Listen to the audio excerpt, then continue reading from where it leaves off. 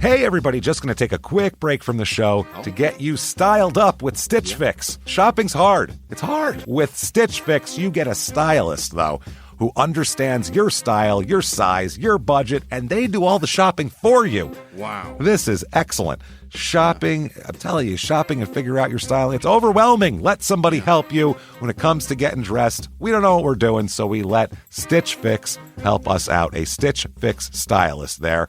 They know what works on us. We get the prices that make us look really good, and it feels good. You get some confidence boost walking around knowing that you're looking decent here. Oh, yeah. Yeah, we just give the stylist our sizes, style, budget preferences. We order boxes when we want, how we want, no subscription or any of that required. And they send called Just For Me pieces as well. Like, maybe you'd like this, and it's awesome. Outfit recommendations, styling tips. You keep what you love, you send back the rest. It's super easy.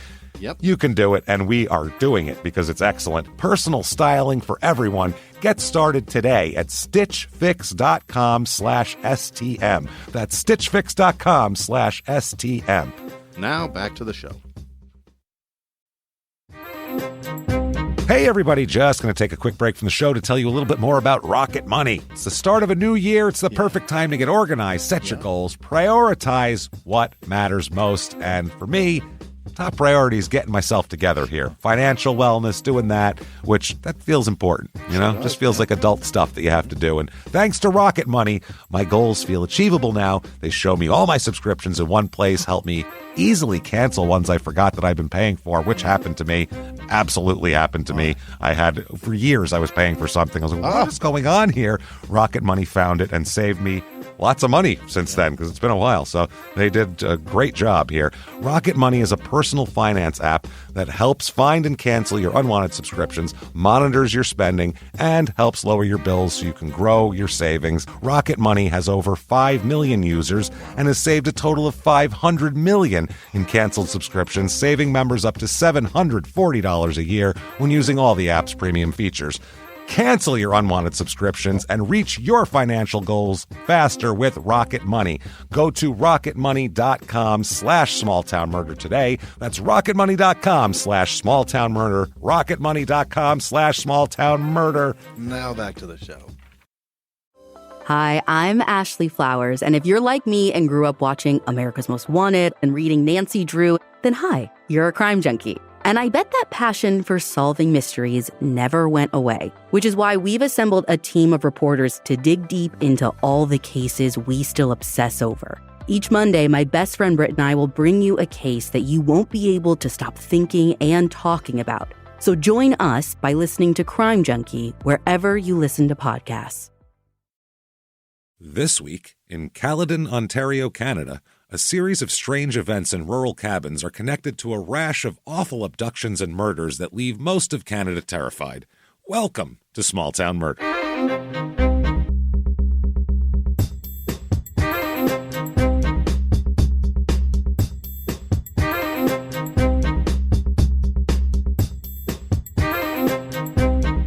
Hello, everybody, and welcome back to Small Town Murder. Yay! Oh, yay indeed, Jimmie. Yay indeed. My name is James Pietragallo. I'm here with my co-host. I'm Jimmie Whisman. Thank you so much for joining us today on another crazy, and I mean insane, Canadian-style this week edition of Small Town Murder. And as we'll find out, no different. We've done a few Canadian cases, and it's all the same. That's it. Not everybody's a sweetheart. That's all. It's all one thing. Whether it's United States small town murder, we've done UK small town murder, Australian same thing. There's always an asshole. It all works out, and wow, do we have one today for you. But before we get to that quickly, definitely head over to shutupandgivememurder.com. If you're listening to this when it comes out regularly, there are still a couple days left or I think about 48 hours left to get the virtual live show, which is out. It was out 4/20, and you could get it the whole week there if you want. So get in there, get those.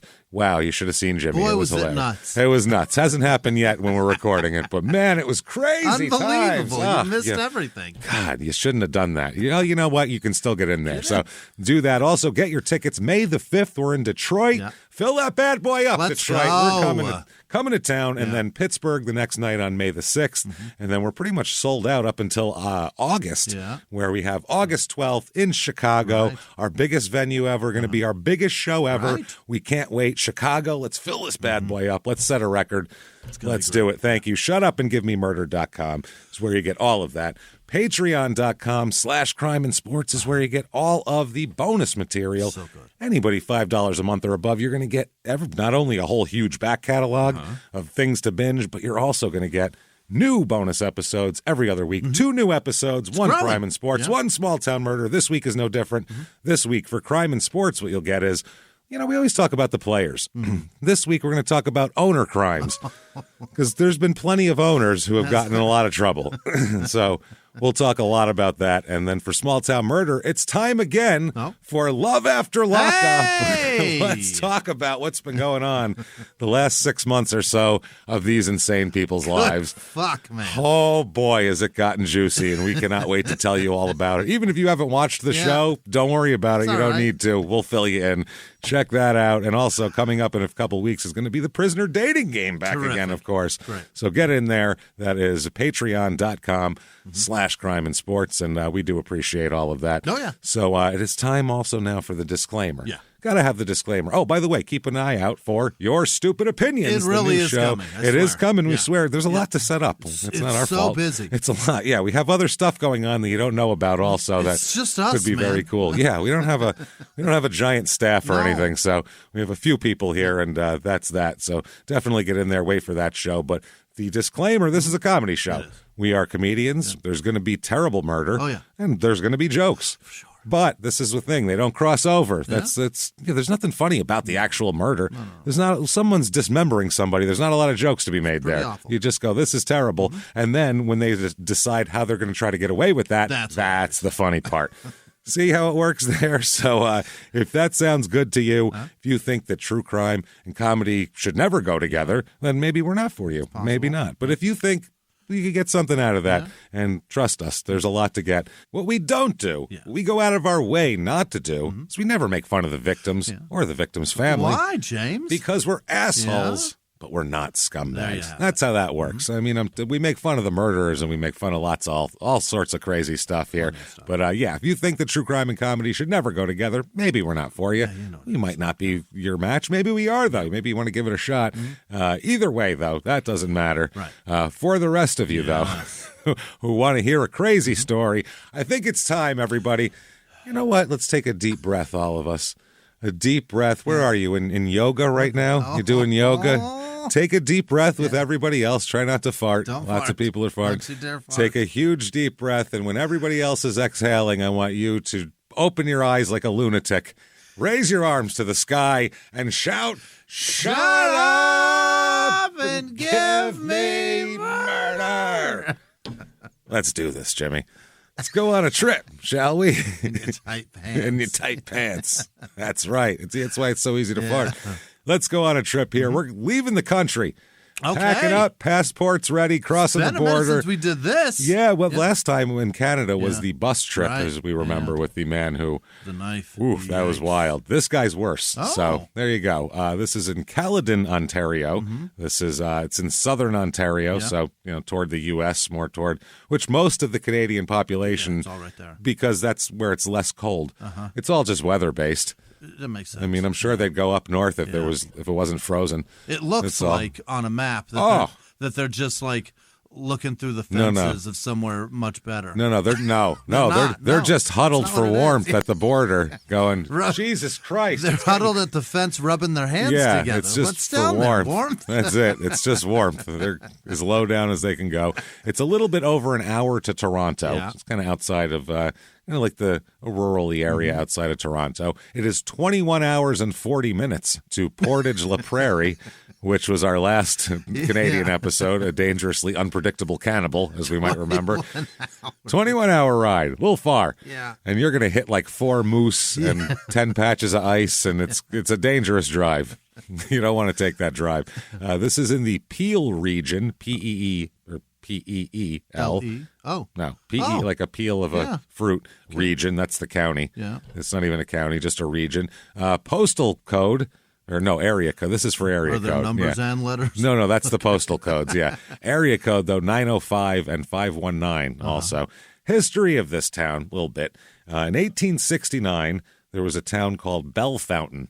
Oh. B-E-L Fountain, which was a village with a population of 100 in the township of Caledon, County Peel. Yeah. And it was established on the river, and there were stagecoaches around to and from there. Sure. You could get your average lot for a land lot if you wanted to move here, $20. Is that right? $20 you can establish yourself. That's a deal. That's a steal, man. Now, in 1973, so 100 years later, Caledon acquired more territory when another town dissolved. Oh. So they were like, we've been waiting for this. We can take the good parts. We can annex some other shit. No, not that. You keep the trailer park. No, we don't want that. Everything east of the trailer park we'll take. So with most sections north of Mayfield Road being transferred to this township. Okay. So it just got like dissolved, this other town, into other things.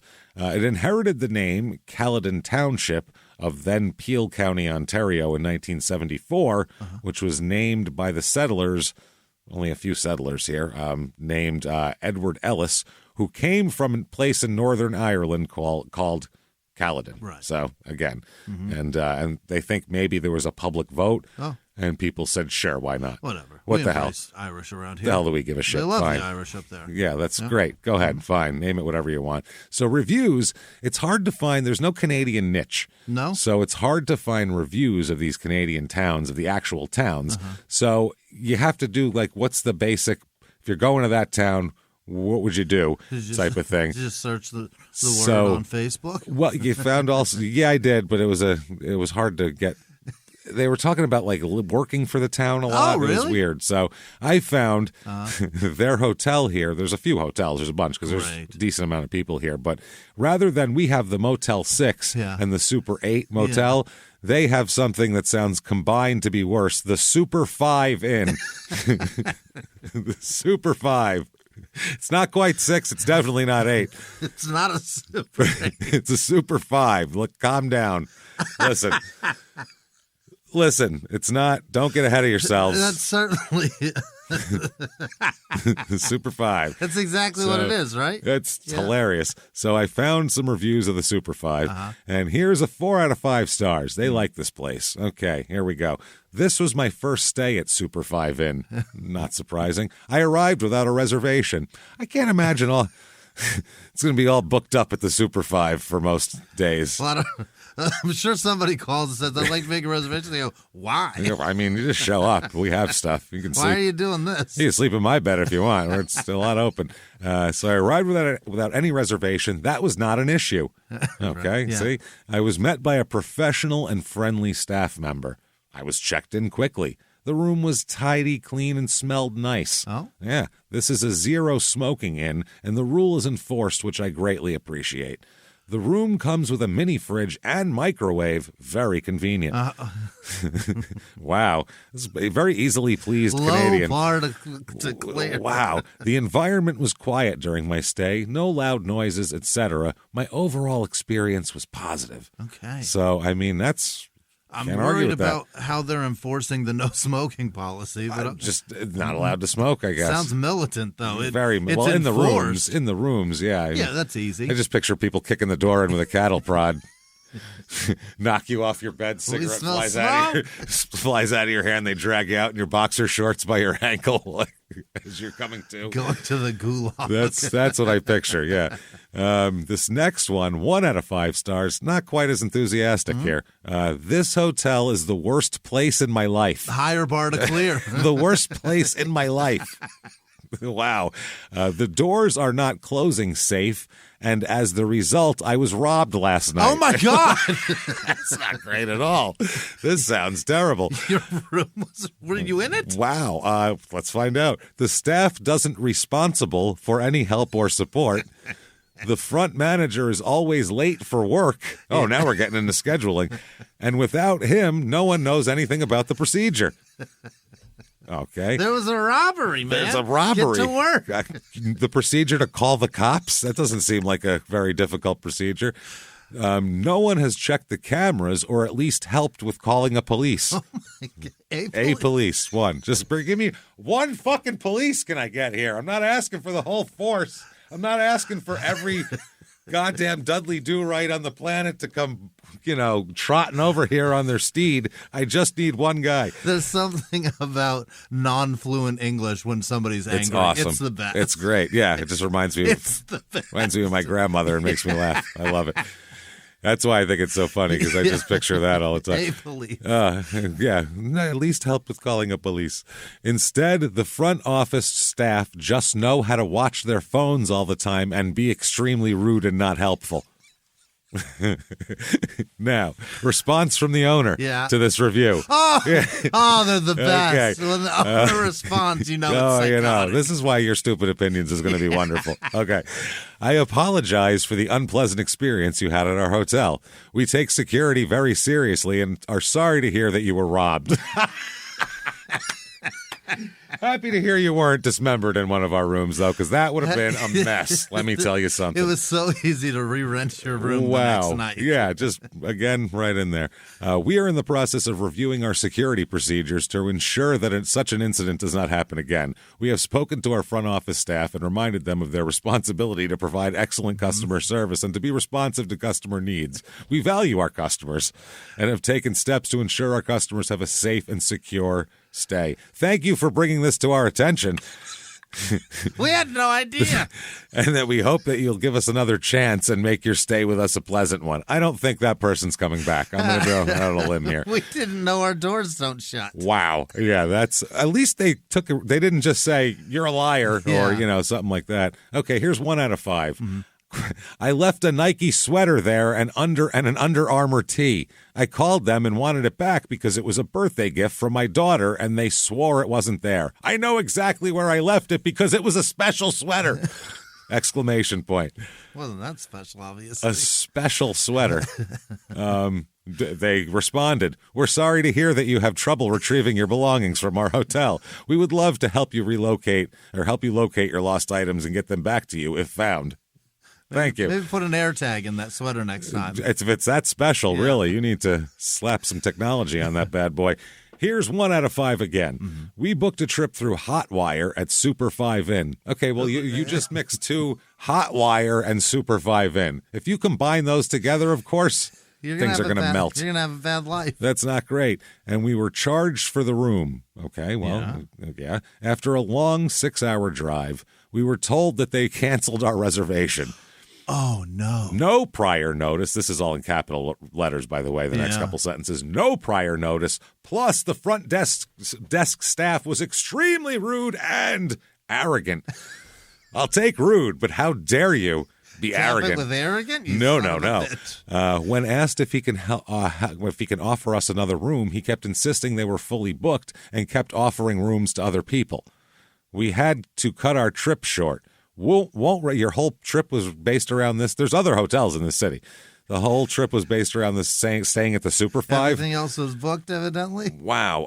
Won't recommend this place. They provide horrible customer service and won't even help you. I would recommend to avoid them at any cost if you have plans to enjoy your stay in Canada. They scheduled a trip, 6 hours. Based around the Super 5. Get in, kids. We're going to the Super 5. Come on, kids. Super 5. So now people in this town, there's less people here now. And it's, by the way, more difficult to find, or more people now than there was when this happened. Difficult to find Canadian statistics for these towns. Really? They're not quite as easily kind of aggregatable as the American towns for some reason. But when this happened in 1991, there was 34,965 people there. Now there's about 70,000. So it's grown because it's an hour outside Toronto. Yeah. Toronto's a very large city. Yeah. The median age here is about a little under 41, which is a few years older than the average here.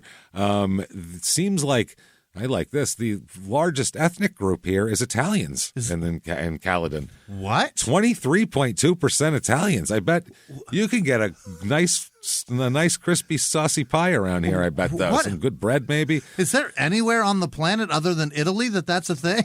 No. It's like Venezuela, which has the highest percentage of Italian people outside of Italy, and Caledon are the two, and the Bronx. Outside of that, amazing. it's wild that we don't exist, really. That's wild. Yeah, that's interesting. So even less than Canadians. That's the regular, like, Canadian Full blood, ancestry. yeah. So let's see. Here we go. 66% were white. Yeah. 32.8% were what was called on this site visible minorities. So, that's not my term. I'm just saying. This website feels racist I mean, as shit. well, that's one way to put it, I guess. Right? You can tell by looking at them, can't you? Well, what the hell are you talking about then? Obviously, Jesus, it's visible. Have a look at him. So, yes, that's fucking funny. Religion here, Caledon, 58.5% religious, which is higher than the U.S. average, which is 50-50, and Catholic is the highest, 38.2. Catholics are the Baptists of the far north. Far north. Well, it's mostly Italians. Quarter Italians. You're going to get a lot of Catholics running around. You get those horns running around Oh, here. There's boy. going to be some Stations of the Cross for sure. That's happening. Yeah. 0.4% Jewish. So almost got a Hava Nagila, everybody, but not quite. Hopefully, maybe next time. We'll be hitting the Northeast soon. Hopefully, can't wait. We'll get that there. Median value of a dwelling here, median like home value, is $474,087. Holy. Which is higher than the national average, which the national average up there is $280,000. Yeah. So well higher. The median household income here is $83,454. So they're doing well. It's a suburb of Toronto, so it seems like if you don't want to live in the city and you have a good job, you can live have a bigger house out here. 40 years old, you go out here. Yeah, exactly. Now, it was a more rural back when our thing happened. It was less of a bedroom community, I think, here. So the Canadian national average is 54,000, so it's just about same as here. Yeah. So we've convinced you. Yeah. You know what? You're tired of all the meanness. You've had enough. You've had enough of it. You need to go up north and apparently tuck into a nice Italian community in the in the Toronto suburbs. We have for you the Caledon, Ontario Real Estate Report.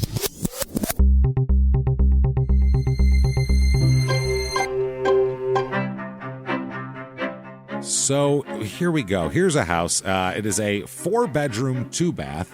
It's like a nice little house. Looks like a gingerbread house. Yeah. It's cute. It's kind of rural, kind of there's woods around it and shit. But it is, I don't know what the square footage is or the hectares or however you want to measure it up there. Square kilometers. I see this person had a so-and-so hectare farm, and I'm like, well, that's not helping me any. What is a hectare? I don't know. What are we, in Czechoslovakia? I don't know how to figure out what a hectare is. We're the only country probably that uses acres, I think, so that's probably why. But this house is Canadian dollars, $1,398,000 Canadian dollars. What is that? I think $50-$60, I think. No, I don't know what that is. But I know Canadian, so it would be less. It'd probably be, I'm going to guess it's like $1 million American, we'll say, just to give it a thing here. Here is one, 5-bedroom, 7-bath, T-bowl for each and every beehole. Overflowing with 2 to spare T-balls, yeah. This one, it's a nice big house, not bad. They don't have it decorated. They have it decorated weird. It's just really weird, giant, really weird, old like West portraits up. It's a strange in Canada, in Toronto, outside of Toronto. It's a very strange decor there. Yeah. $3,999,000. Canadian dollarinis, as they call them up there. Canadian loonies and toonies. That's right. Yeah. Canadian puck-bucks. So we have, that's what they call them, right? 3 million slap shots. That's right.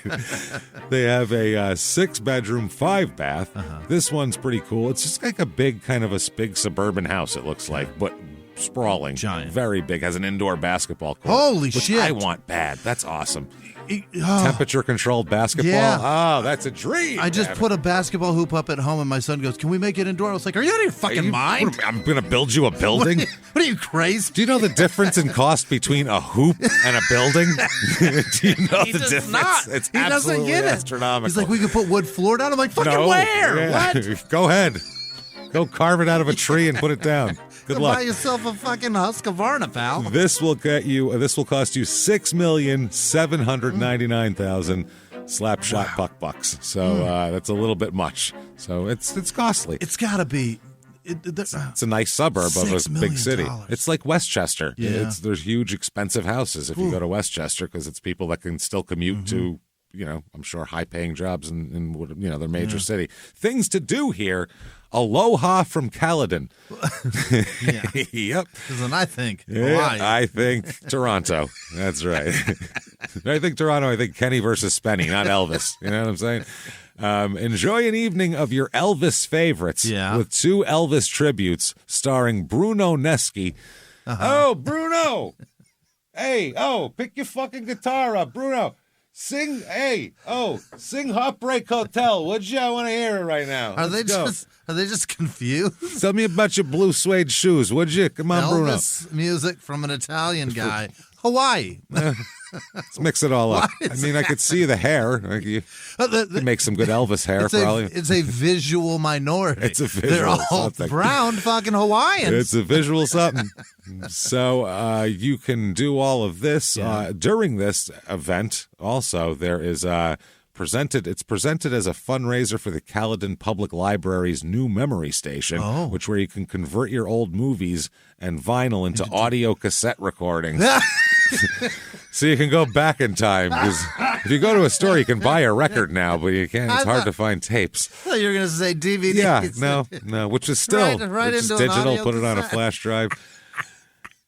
And then there's also Caledon Day, which was the town of Caledon is excited to present Caledon Day, which, what do they do here? They have free birthday cake and balloons at noon. Oh, that's the Caledon Canada Day and Strawberry Festival. This is different, sorry. Classic car show, lawn tractor pull. This sounds like, Indiana. Everything America does. All-day strawberry breakfast. Oh, man, you're going to shit yourself silly after that. Barbecue and strawberry desserts. This sounds delicious. Vendors Village craft show. There you go. Enjoy. Crime rate in this town. Here we go. Very safe. Really? Property crime this is the way the stats can get them up there, is 62% less than the national average. That is very specific. Very specific. That's what I mean. And violent crime, murder, rape, robbery, and, of course, assault, the Canadian Mount Rushmore of crime, is also, it's 60% less than the national average. Very safe. Yeah, it's expensive and safe, and people are moving here for a reason. This is, I want my kid to be able to ride their bicycle around in the street and not be stabbed in the face. So that said, let's talk about terrible, horrible, awful murder, shall we? Canadian murder. Oh, it's polite, and it's just awful. So let's talk about a man here. Wow, is this an interesting guy. He'll have a couple nicknames later on, great. But let's give you his whole name first. His full name is David Alexander Snow. Very appropriate for a Canadian man. Snow. And when you're looking up things about a guy named Snow in Canadian newspapers, guess what comes up a lot? A lot of the weather? Fucking snow. Because you guys talk about snow a lot. A lot. That's in the all they paper. do. It's a lot of snow. How much snow? Yeah. Is it too much snow? Is it not enough snow? It's a lot of snow talk for like 8 months. So it was tough to get a handle on here. But David Alexander Snow, David Snow, he's born in 1955. He'll later be known as, just to give you a little Easter egg and a little something to find later, the House Hermit. Okay. Yeah, sounds like one of ours, doesn't it? Yep. Yeah, he Stays home a lot. sounds like Arkansas, Tennessee. Not a lot of movement in this guy. Oh, he's moving. Oh? It's the opposite. Oh. He's moving, and the place that's what's weird. The House Hermit is because he ends up in different houses, and he's a weird hermit. Oh. Okay. Now, he grew up, he has 2 siblings, and one of which we'll talk about is an older brother who's 8 years older than him, and his name's Victor. But they grow up in a brick house in Orangeville, which is in this area here, raised by his mother after his dad died of a heart attack when he was 6. Shit. So, yeah, his dad died in 1961 and raised there. He kept the house after she moved to Toronto. Okay. So Mom moved away and he kept this house. By himself. The house that he grew up in, his family house that he grew up in. And you would imagine, hopefully he'd want to keep up the family house. Yeah. He just sits in it as it deteriorates around him. God. He's a real, I want to call him a lazy guy because he's a lazy guy in all the things in life that you have to do that make you live well and not be lazy. But he's not lazy in the weird, strange pursuits that he has. Go on. Weird guy. Yeah. What are you tugging? You sound like, go on. That's sounds not nice. So the house, the exterior paint is peeling off of it. Looks like shit. The grass is always overgrown. Even in the summer when it's like a 70-degree day, all the windows are down, curtains are drawn. Really? It's the Klopek house from the Burbs. It's exactly the Klopek house. Only it's just him inside. That would make it even creepier. It is. If there was one Klopek, Yeah. that's scary. Yeah. At least they get along together. None of them are murdering each other. Makes me think that they could be up to they're fine. One guy means everybody's in danger around him. Yeah, no one wants to be around him also, or he doesn't want to be around any people, which I can understand. Yeah. So all the neighbors said that's always the way it's been since he's been there. Okay. One person who's a neighbor Joyce Brundle, who lives with her husband Fred. The Brundle, right in my Brundle. Yeah. They own some property across the street. She said you'd never know anybody lived in that house. The lights are never on. The grass was never cut. And never turns the lights on? No, you wouldn't know it because everything's all closed up. No, not in the main house because we'll talk about it. He doesn't live in this main house. He lives in the attic mostly, which is creepy. We'll find out later on. When there's just a light in the attic on only. That's even creepy, and you can't even see it. There's no windows. He's a fucking conundrum. You know nothing yet, man. He's a weird guy, this David Snow. What you doing in there, David? David. And when the national press gives you the name of the Hermit, that's not good. No. You picture if I say Hermit, give me a description. Well, Hermit to me sounds very, very lonely, obviously, but safe, and everything's fine. Just gross inside. To me, a hermit is a dirty troll. Yeah. It's a troll doll person, except cut with like soot on their face because they don't care. Yeah. You know what I mean? And it could be a nice person. Looks like soot, but that's barbecue sauce from 1952. Oh, it could absolutely be that. It's or just gone charcoal black. from that same barbecue. He touched it, he put the coal in and wiped it on his face because his shirt was already covered in it. And now it's a stain. Yep. Hey, everybody, just going to take a quick break from the show to tell you about the safest sponsor ever, Simply Safe. Absolutely. These people will keep you safe. It's amazing. You know that every 26 seconds a burglary takes place in the United States, according to the FBI. That means that by the time this podcast is over, dozens and dozens of homes will have been targeted, ransacked. God knows what happens here. So protect your home before it's too late with Simply Safe proactive security system. Simply Safe helps stop threats before they even have a chance to break in. Named Best Home Security System by U.S. News and World Report 5 years in a row. And by us for about the last 8 years as well. If you trust us, believe me, you want Simply Safe. So visit simplysafe.com/small to claim 50% off a new system with professional monitoring plan and your first month free. That's simplysafe.com/small. There's no safe like Simply Safe. Now back to the show. Hey, everybody, just going to take a quick break from the show to tell you a little bit about Sono Bello. You know, the most known secret with celebrities and influencers and all these famous people is so many of them have had lipo. They've had lipo, whether it's a little touch-up here or a total makeover. Yeah. Nobody has a perfect body. That's the thing. No. They may look like it on TV, but there's things that help that. Absolutely.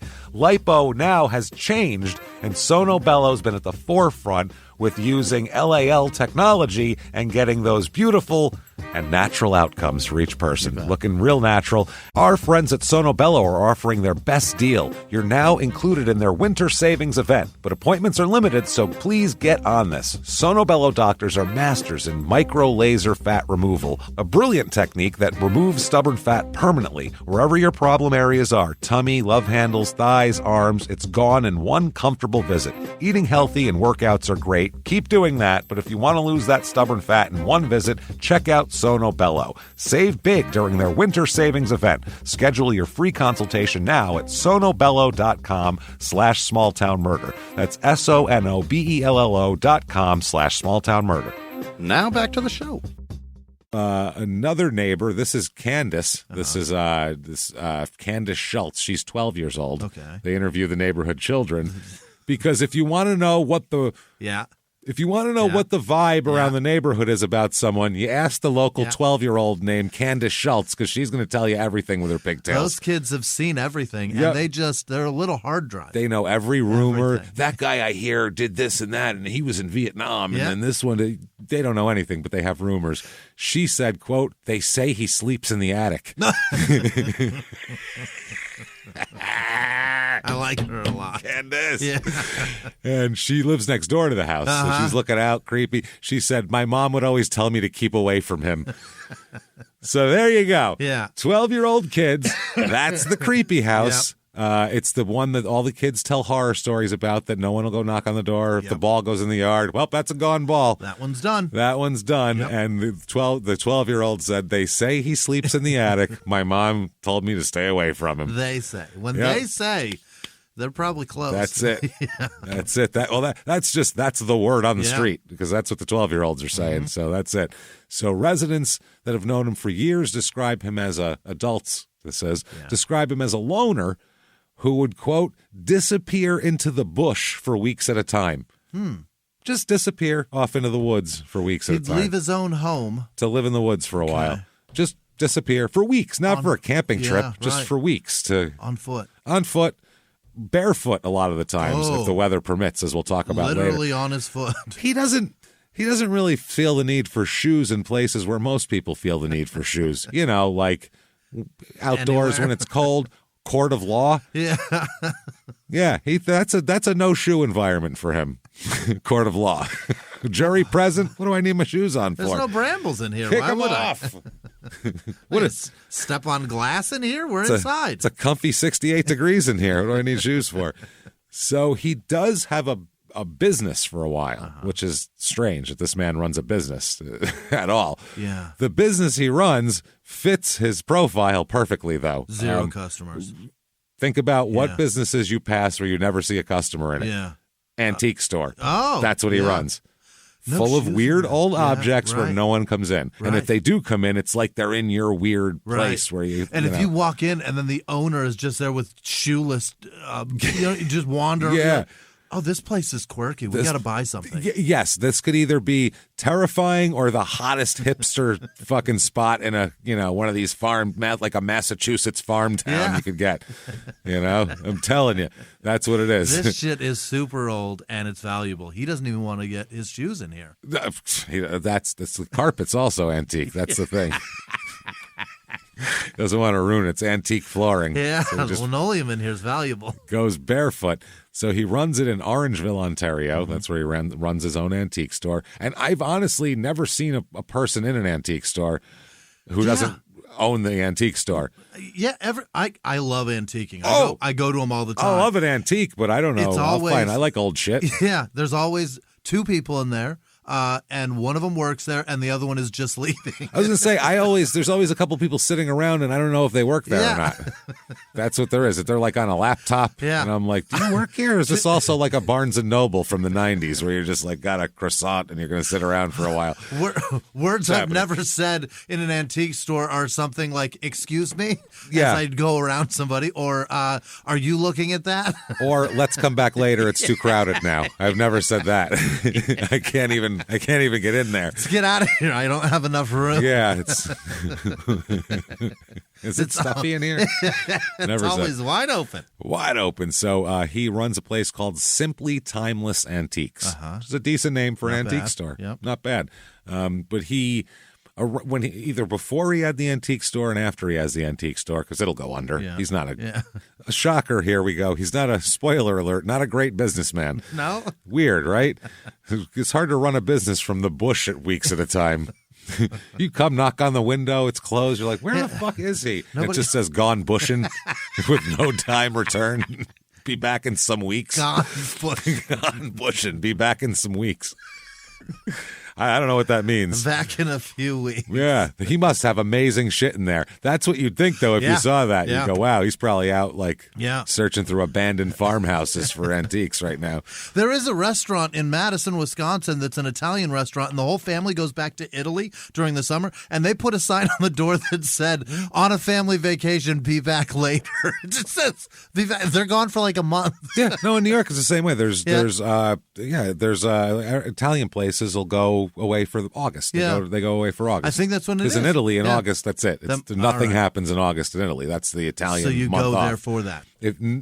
Or you just take your vacation Right. here. Yeah. You know what I mean? But like in Italy, if you go there in August, you can't do anything because nothing's open. Wow. Because everybody's on vacation. They shut it down. Shut it down. This is our fucking month to chill. Genius. It's too hot. Yeah. Taking a month Genius. off. Love it. Fucking We should great. do that. Yeah, we don't do that. We should certainly do that. Yeah, we'd all get kicked out of our places because we'd have no money. have no money. So he drifts from these odd jobs. He does apparently gain some local recognition in a positive way, which is rare for our people here. He re-shingled a turn-of-the-century train station in Orangeville. There's like an old-timey train station, and he personally, by hand, re-shingled the whole thing and made it look very pretty, and the whole town was very excited. They were like, hey, look at David. What a nice guy. Kid, stay away from him. Yeah. He did it shoeless. That's weird. It was really weird. He didn't have pants on most of the time either, so I don't know. He is described by people as about 5'8". Okay. So he's just extremely average looking. 5'8" with a slight build, kind of thinning graying hair, gold rimmed, typical Dahmer glasses, basically. Those glasses. Yep.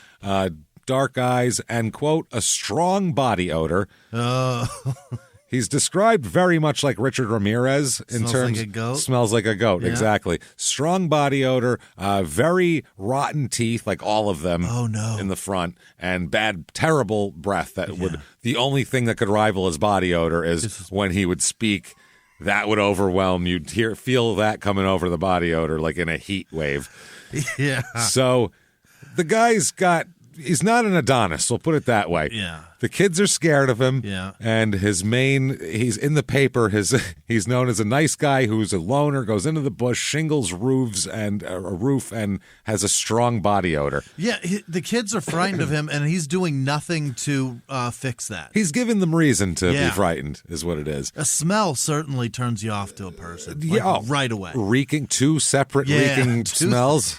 Are you rotting from the inside? What's happening? Stinking out of both ends is no good. It's one thing for breath or one thing for BO, but to have both is like, Jesus Christ. Both are my nightmare, Fix something. too. Fix something. I am scared to death every time I go in public. Am I stinking? Do my pits smell or my mouth? Am I stinking? Yeah, you smell your armpits a lot. I've noticed that. I'm horrified. You're a pit smeller. Terrified to be the stinky guy. Yeah, no one wants to be the stinky guy. Yeah. No, I'm the worst. Deodorant is very important to me. I enjoy it a lot. He gets, like I said, weird obsessions and gets weirdly into things, as we'll talk about later, especially World War II military things and things like that. Like strategy? Not really. Equipment. Oh. And like heavy, like ships and tanks and in addition to, he does very strange things with poop. Now, okay, we'll talk about that later. I'm so excited. This is some weird shit, Jimmie. Yeah. This is such a weird episode. Yeah. So he gets into and very interested in an octagonal house. Okay. Again, the fucking octagonal house comes up. And when we did the episode last time about it, how many people posted there's an octagonal house in everybody's town? Watch out for who lives there. We get it. You should know. Something wrong is going to be there. Yeah. Now, nice people have this house. It's a rural house. It's a barn on a rural property. Okay. It's a big, like, giant barn in this rural property that's out there. Now, he was driving by it, and he noticed it. in early 1991. It's an unusual 8-sided. There's not a lot of them. At this point, it's the only one in Ontario. So nowadays, so we'll talk about it. But it's on a farm called the Cunnington, which makes me want to say Cuntington. So it's just Cuntington sounds better than Cunnington for me. I don't know why. The Cunnington Osborne Complex, which was started by Daniel and Ellen Jane Cunnington, who moved to this property in the late 1880s. Wow. So it's a historical property with a historical barn. The octagonal barn was built in 1894. Holy. By Daniel Cunnington. So, that's like, see, if I'm not concentrating on it, it'll come out Cuntington, no problem. So that it's a historical piece, and it's significant basically. Sure. So the shape of the reason they built it that way is for extra floor space and the use of light timber framing. Yeah. Because you're able to put less, I guess, strain on certain things. Sure.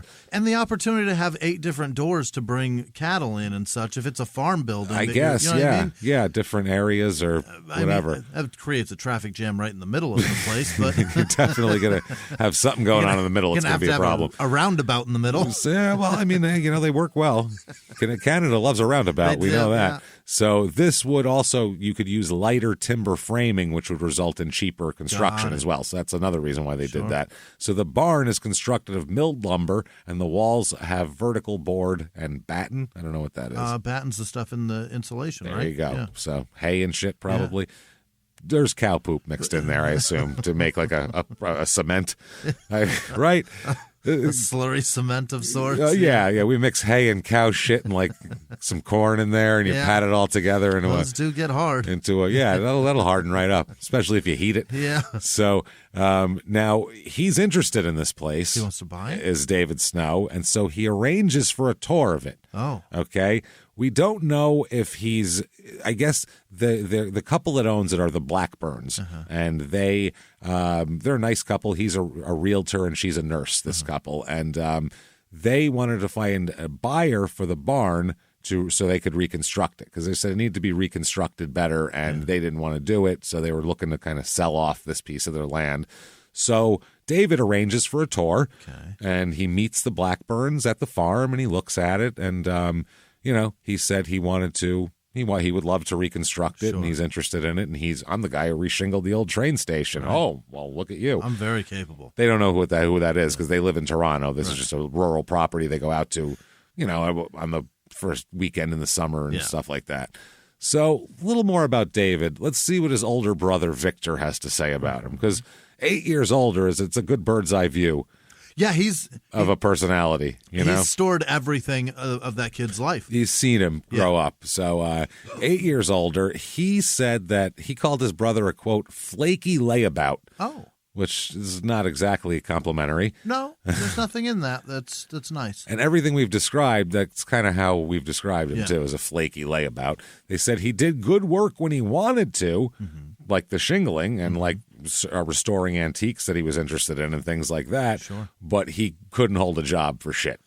Yeah. That was his problem. And the reason why wasn't because of his skills or his talent, it's his personality.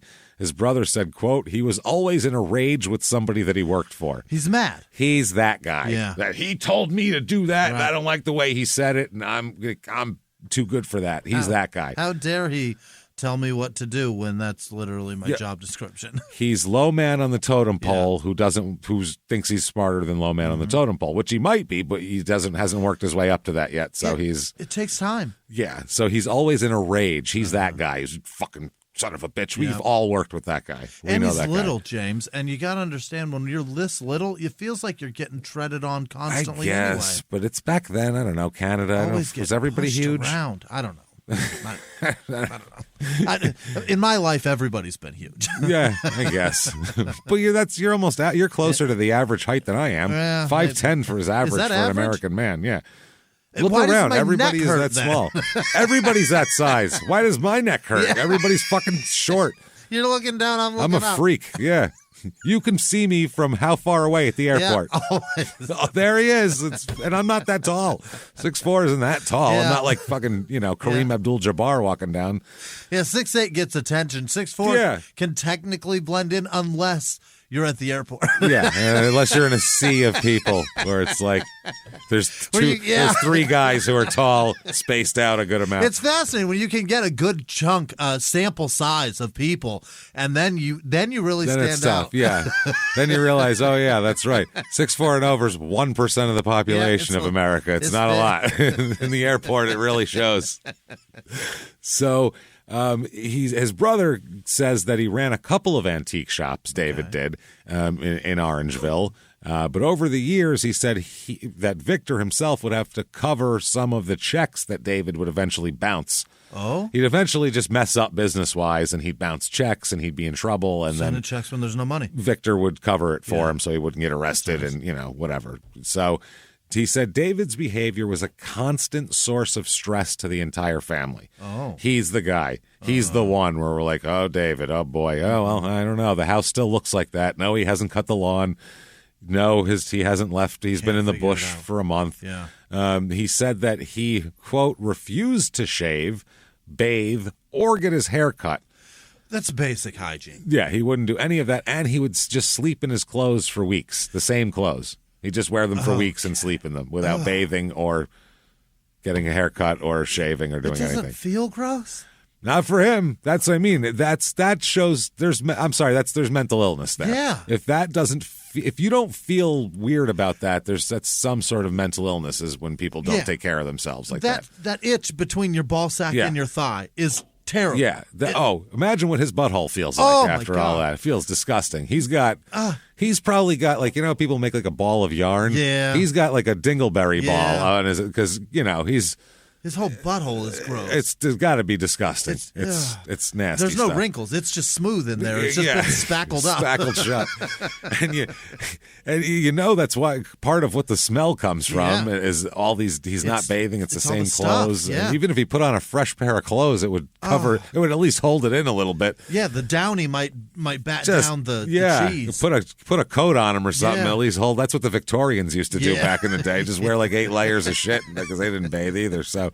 You could do that, but when you rub your body and like rolls, you know what I mean? The dirt rolls, the dirt burritos that you can roll off yourself. Oh, disgusting! That's so gross. Oh, if you're like out doing shit for a day in the yard, imagine having that for weeks. Disgusted with myself. Oh man, just rolling out dirt turds off your arm. God, little fucking. And people pellets. have needs. Like, how do you beat off? Do you know what I mean? How do you have any sort of sexual contact with yourself? He's very interested in that. Really? Oh, yeah. His dick's probably the cleanest thing on his body because he's vigorously rubbed it clean. He's all... They look at him and they're like, is that a visible minority? And they're like, no, it's a white feller. I just looked at he took his dick out and it's pink as can be. It's a brown man with a pink dick is what that is. Boy, I'll tell you something else. That's right now. So... Victor said he asked him, quote, do you not think something is wrong with you on those points alone? That Honestly. you won't look at you. Yes. Dude, look at all of us and everyone else you see in society. Right. And maybe that's why your antique shops don't do well. Right. Because you're in an enclosed space. They open the door and go, holy shit, what is happening in here? He's like, there's old things. It's stinky. Don't worry about it. When air moves around you, though, and you smell that, do you just go, God, it smells terrible around here and walk away? You smell like a corpse. He's got to be used to it by now. So he said that he asked his brother that, and he said that his brother said, in reply, David said, quote, I am what I am. That's me. Oh, Papa. I am's what I am's. And he said, I cannot change. I live only for today. Yes, you can. I cannot change. I can live only for today, which means in the bush or... He's meant that there's a mental illness there, obviously. There's something going on. So his brother said, I think at the end of that discussion, he was in tears. Which you could see streaked down his face because it cleaned a path going right down his cheeks. They were like, keep doing that. He had clean streaks running down his face. Eventually, it'll look better. Just keep get the dirt. So you got a trickle of shower. Keep going. Keep going. Also, his brother described him as secretive yet polite loner interested in antiques and military matters. Okay. Military matters, quote unquote. He's drifting from like we said, drifting from job to job, going into the bush for weeks, coming out of the bush with the same clothes on he went in with. That's horrifying. Just slept in them and then sleeping in those clothes for another month. Who cares? I think he would change when shit would like rip and like they wasn't functional it was anymore. Useless. Yeah. Yeah, function he was going for. Brother also later on we'll call him a walking time bomb, walking time bomb, who would reject pleas to stabilize his life or seek any kind of psychiatric help at all as well. Yeah. Never would do that. He said whenever he brought that up, Victor, to David, quote, Victor said, quote, he basically laughed at me. Don't need it, feeling great. Me and my dirt burritos are going to go do something. So teeth broken off at the gums, and he doesn't care. All over, all the front. It doesn't matter. Smilers. Oh, God, Jesus. No man. no biters. Yeah. Nothing to. You're literally like. That's the first thing people see. Well, not only that, you need that to like bite things to eat them. So even if you don't care what anybody thinks and you don't see anybody and you live in the bush, you need function. To bite things and eat them would be helpful to you. To get sustenance in your body, those are useful. Never mind the social aspects of it. So, like I said, he runs the Simply Timeless Antiques in Orangeville, and it suddenly closes down, though. Okay. He said that his brother just out of nowhere, it closed down about April of 1991. Okay. When it closes, they said now he'll tell people, David, when he talks to them, that it was the recession that was going on at the time. Okay. You know, I don't know if that really works, though. Antiques aren't like a real big boom industry, like when regular people, middle-class people are making decent livings, they're not like, now it's time to buy the antiques.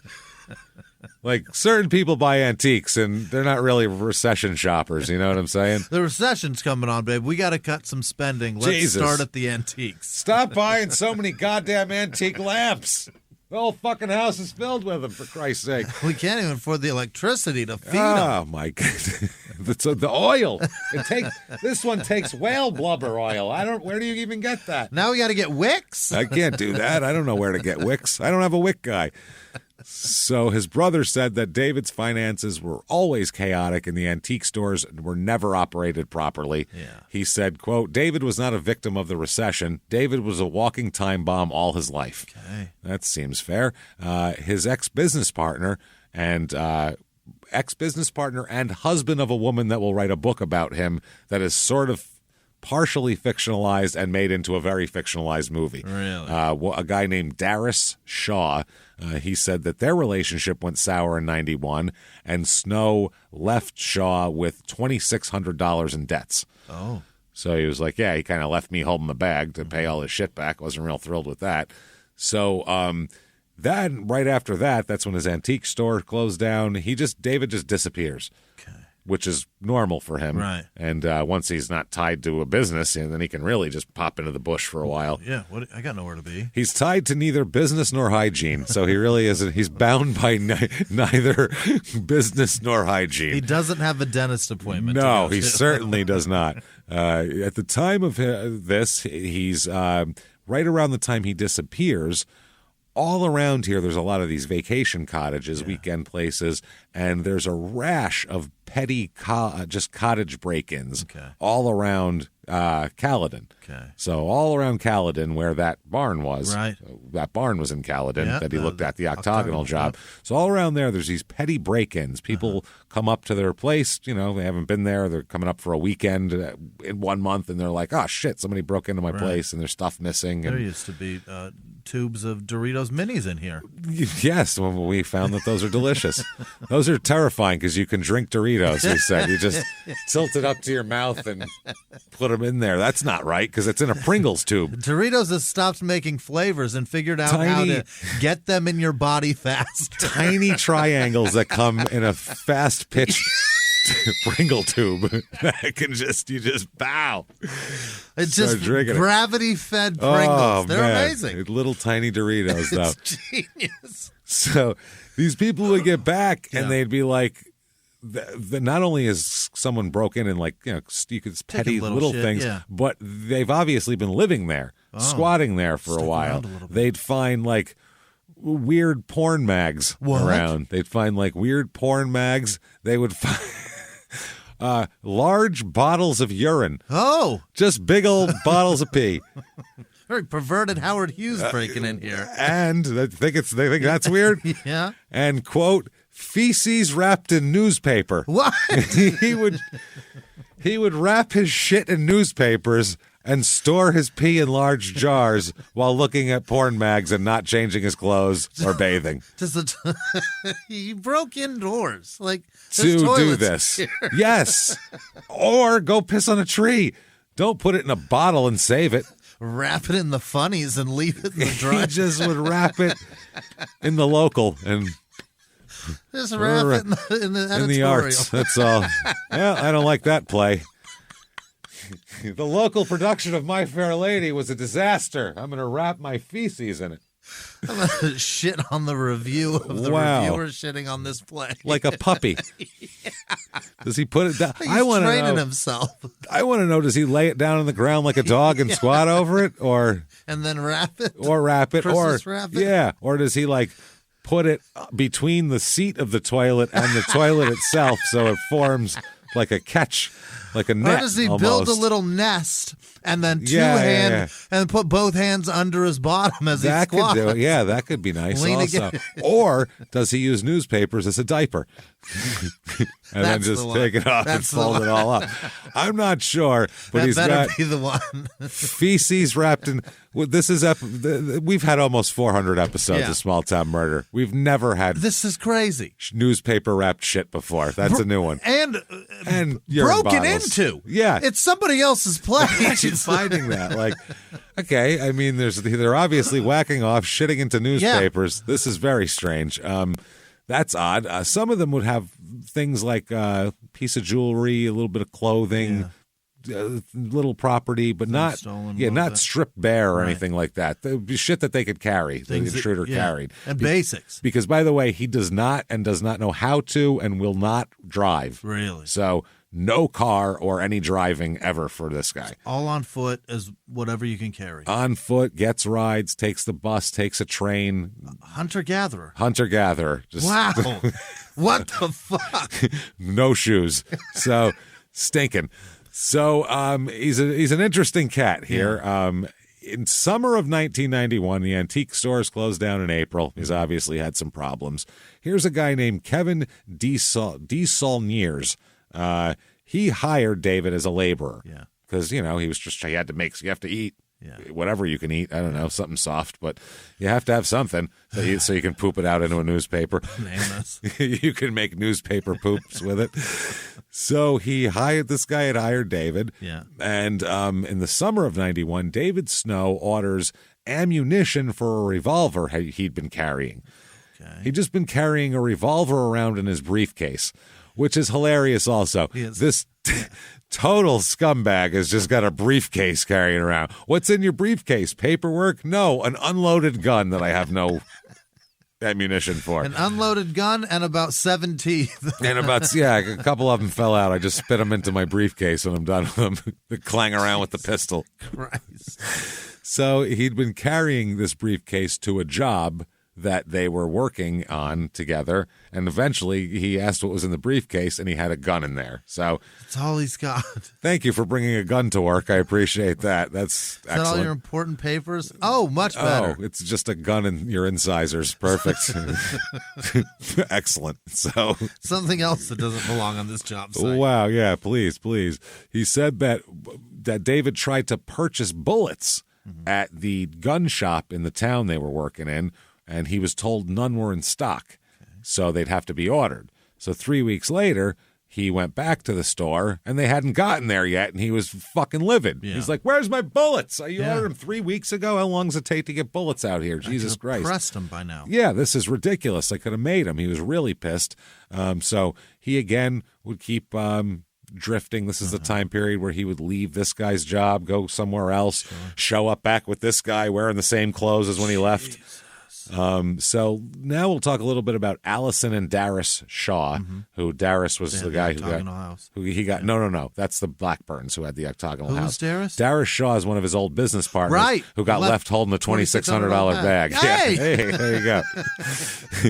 There's not more than a little green bag there. Yeah. So this Allison wrote a book called A Friend of the Family, and at the end of the show, I'll give you a review. Oh boy. Of this book from a newspaper because it is not good. Yeah. The book and the movie both get terrible reviews. That happens when you fuck reality. It's a little weird. Yeah. Apparently, Shaw had met Allison, and Darius had met him in 1988 when they moved to Orangeville, Ontario. They lived in Toronto and they moved out there. Okay. So at the time, David was an antique and junk dealer.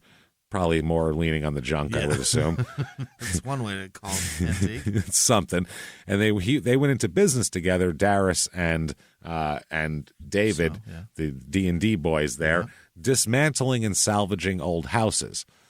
And then Allison Shaw used a corner of Snow's antique shop to sell her paintings that she made. Okay. So, yeah, he let her use some real estate. Because honestly, an antique shop... You can sell anything in there. Yeah, like I said, the amount of foot traffic that it's getting is not much. So, But they're a lot of effort people. It's a lot of. Oh yeah, it's tons. Not working for. It's doing. Making and doing. Yeah, it's a lot. It's a lot of work. A lot of work. So David started to become a fixture at their house all the time. Would just always be there. Even would pick up and hold their infant daughter. Really? He had to be less smelly at this point. But then no one ever says he wasn't smelly. Yeah. So they apparently just let a smelly man hold their daughter. Jesus. It's like, I'm sorry, you reek. You're gonna scar this kid. I can't. Clean up. Oh, and this is a man that has a house at this point too. That's even scarier. He lives in a house. He's got a house. He's talking about property. Good Lord. He never came back after the octagonal house thing. He did a tour of this house that he was into, and then never came back to it. Huh. So, because that was right before his antique business shut down, and then he just disappeared, pops up as a laborer for this other guy, goes back into the bush for a while. Right. So. Hey, everybody, just going to take a quick break from the show to tell you a little bit more about our stylish friends at Quince. That's right. Let's go elevate your styles, people. Yeah. Get it going, look good out there, and you can do it now without breaking your wallet, without breaking the bank, because at Quince, you can get high-end, versatile pieces at prices we can all actually afford, which is very nice. You want to get good stuff that lasts and it's good, and they have quality stuff that's very affordable, and you can do like we did, upgrading our stuff here, while still being a very reasonable price. Quince only works with factories that use safe, ethical, responsible manufacturing practices, along with premium fabrics and finishes. It's all quality stuff. You're going to love it. Trust us, it looks good. And I've got the leather jacket. It's a very high-quality item. Real nice, soft leather. Yeah. Jimmie's got his linen pants he's rocking. Yeah, they're terrific. Come on, be like us. Be fashionable. Get in there with Quince. Indulge in affordable luxury. Go to quince.com/smalltownmurder for free shipping on your order and 365-day returns. That's QUINCE.com/smalltownmurder to get free shipping and 365-day returns. Quince.com/smalltownmurder. Now back to the show. Hey, everybody, just going to take a quick break from the show to tell you a little bit about a very cool place, Thrive Market. Yes, we are both looking to get into the healthy swing this year. The problem is I don't know what's in everything, and I don't know if even I'm qualified to even read the labels to know if that's good or that's bad. Right. There's chemicals in things, and there's things floating around. I don't know what I'm doing out there. One of my favorite features, and I know you were talking to me about this, is the Healthy Swap Scanner in the Thrive Market app. Yeah, it's simple. You scan any item, and it'll instantly suggest a cleaner, healthier grocery alternative, it's great. Amazing. Yeah. That's great. Thrive Market also takes the guesswork out of finding these safe, healthy foods. For example, like I'm trying to get my protein intake up for energy. I'm always moving around. I need stuff, and I love that you can filter their site by the high protein options. Nice. It's very cool, and you can personalize this portion, and you can put filters on it, and get ready. You should be ready for a junk-free start to 2025. Get ready for it and head to thrivemarket.com/smalltownmurder and get 30% off your first order. plus a free $60 gift. That's THRIVE market.com/smalltownmurder, thrivemarket.com/smalltownmurder. Now back to the show. Now, Allison would later, even though at the time she had no problem letting this man hold her infant daughter and everything like that, later on would express her uneasiness about him, and she called it a nameless fear, something, Hindsight, I call that. That's hindsight, is what that is. It's called intuition, and people have that. Not sure if you had it, but you had hindsight. I'll tell you that much. Now looking back, it hurts. Yeah, looking back, I don't know. I made a mistake. She said that his appalling personal hygiene made him, in close quarters, when he came over for dinner or something, everybody called it a stomach churning experience. He stunk that bad. It's that bad. It's that bad. It's weeks. It makes Richard Ramirez seem fine. They said he smelled like a goat. A goat. But I feel goat.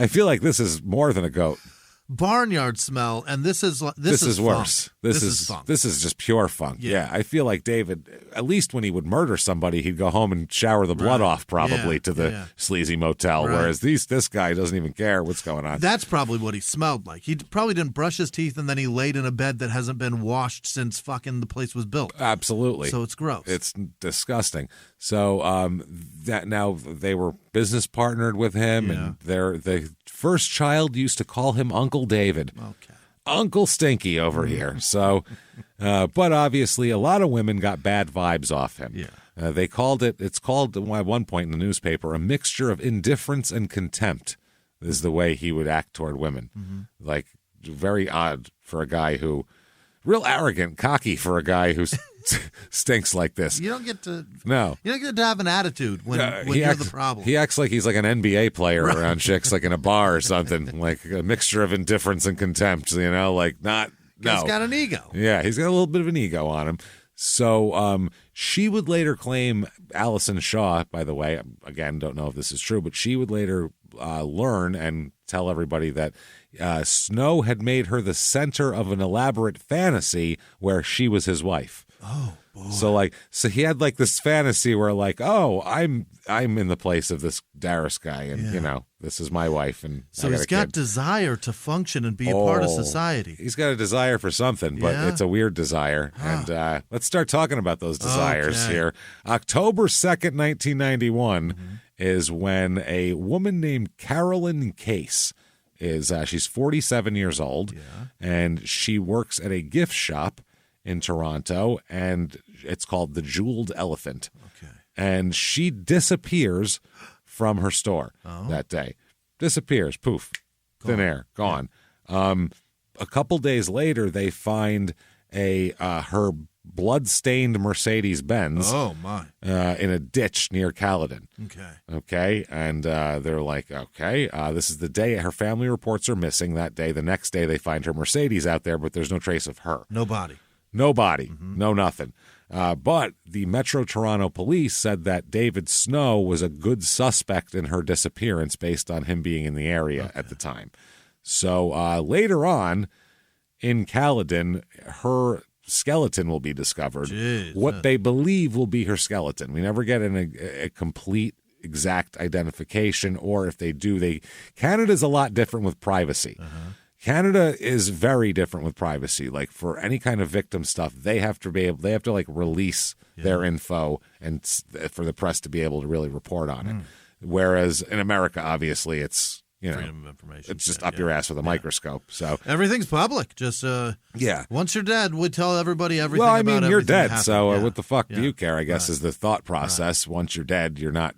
Your need for privacy has lessened a lot, I guess, is the way they look at it. Whereas in Canada, it's polite respect. It's more, I don't know. That's the other thing, too. I don't know if it's the law or just politeness. I'm not sure. It's probably politeness. I'm sure they got to have. It's just manners. Their politeness has made privacy laws, I'm sure. So it's a white Mercedes-Benz. It's blood-stained there. And later on, they will find just her skeleton months later, pretty close to the car, actually. Really? Yeah, not very far into a wooded area there, but her bones are just spread out. It's pretty creepy stuff. Canadian animals got a hold of her. Maybe, but based on where they are, I mean, I'm sure some animals got a hold of her, but it doesn't look like these bones were carried here because they're all kind of together. They may have been dispersed by themselves. Or dispersed by an animal, but just in the general area. But that's that. If you find them all near a general area, that's probably where she was. And they said at this point in time later on, when they find her months later, they couldn't even determine if it was Carolyn Case. Her husband later would say that police told him privately, though, that that's probably his wife. It's got to be. It fits the height, age, and it's near her car, right and there. she disappeared. Right. So, I mean, logic would say that. Have you found her? Well, then I think we did. I think we probably did, yeah. So he said, quote, "This is something we find very frustrating. It would have been an awful lot easier on us and much easier to unravel if they had found her at the time, because they don't find her right when she disappears." They said, "I don't know how you miss it when you're that close to it," because the car was right there. So she was right fucking there and they didn't see. That hurts. They couldn't fan out a little bit. Right. I mean, Jesus Christ. So winter of 91 comes, and there's a guy named Barry Barnett, and he's taking his wife around a walk around with his wife, not taking his wife for a walk like she's a dog, but taking a walk with his wife around Green Lake, and there's another couple there as well, and they're all taking a walk around when they decide, hey, let's check on our friend's cottage. We have we all know each other here. Our friend has this cottage. We're walking by him. He lives in Toronto. Hasn't been here in a while. Let's make sure it's okay. It is nice to see somebody's like luxury shit. Yeah, let's check it out. And this guy's a fucking guy. Let's see what he's got. And also, there's been a lot of these break-ins. They just want to make sure it's all secure and that sort of thing. So they said that, except for the people who own the land, and it's 17 people around this lake that own the land around it at the time, they said that few people knew that there were cottages even along the shores because they're way back in the woods and the bushes. So it's very private. Awesome. Just the people who know there. So Barnett, the guy leading this party, he walks into the cottage with a key. It's the key that the owner gave to him to check on his place. And at the time, they open the door, and this guy hasn't been there in a long time and not expected to be there. There's a pot of soup simmering on the stove. Oh. That's odd. You smell soup? Do you smell Dinty more? What's going on? He lives in Vancouver, the owner? Toronto. Okay, so he just leaves a pot boiling in case he comes all the by. time. Just keep it going. It's one of those forever shoe. Nice. They just they keep it going, put new stuff in there. And he said the place was in a quote a general state of disarray. It's just a mess, and there's stew going on. There's soup going on here. He said then suddenly a shaggy looking stranger pops out of the shadows holding a large revolver. Oh. That's not what you want to see. That explains the soup, obviously. Yeah. He's real hungry. Yeah. So, and obviously, it's his soup because he has no teeth. So that'll do it. So the guy who, Alex Rayburn, who was one of the people in this party, he owns a cottage nearby, he said that this intruder orders the party to sit down on the couch. Sit down for a minute there. Then they said the man became almost hysterical because one of the women from the party, and these are old people, these are all in their 70s and 80s, she bolted from the cabin when he turned around. She just jetted out the door and took off and went to a neighbor's house and was yelling, call the police, as she's running away. And he didn't know what to do. He couldn't go chase her because then they're all in here. So he just started crying. Oh. He just started he just snapped. He couldn't handle it. And they said he became almost hysterical. Yeah. He just was losing his mind. This is now out of control for me. But he wouldn't talk about it. The guy, Rayburn guy, said, quote, he didn't say anything, but he made the three of them sit on the Chesterfield for about 10 minutes while he gathered up his stuff and took off. Oh. So he made them stay there and just grabbed his shit, his, boiling pot of soup and jetted out the door. Walked out with a steaming ass pot. That's it. I'm out of here. A spoon. Oh, shit. Let me get a spoon.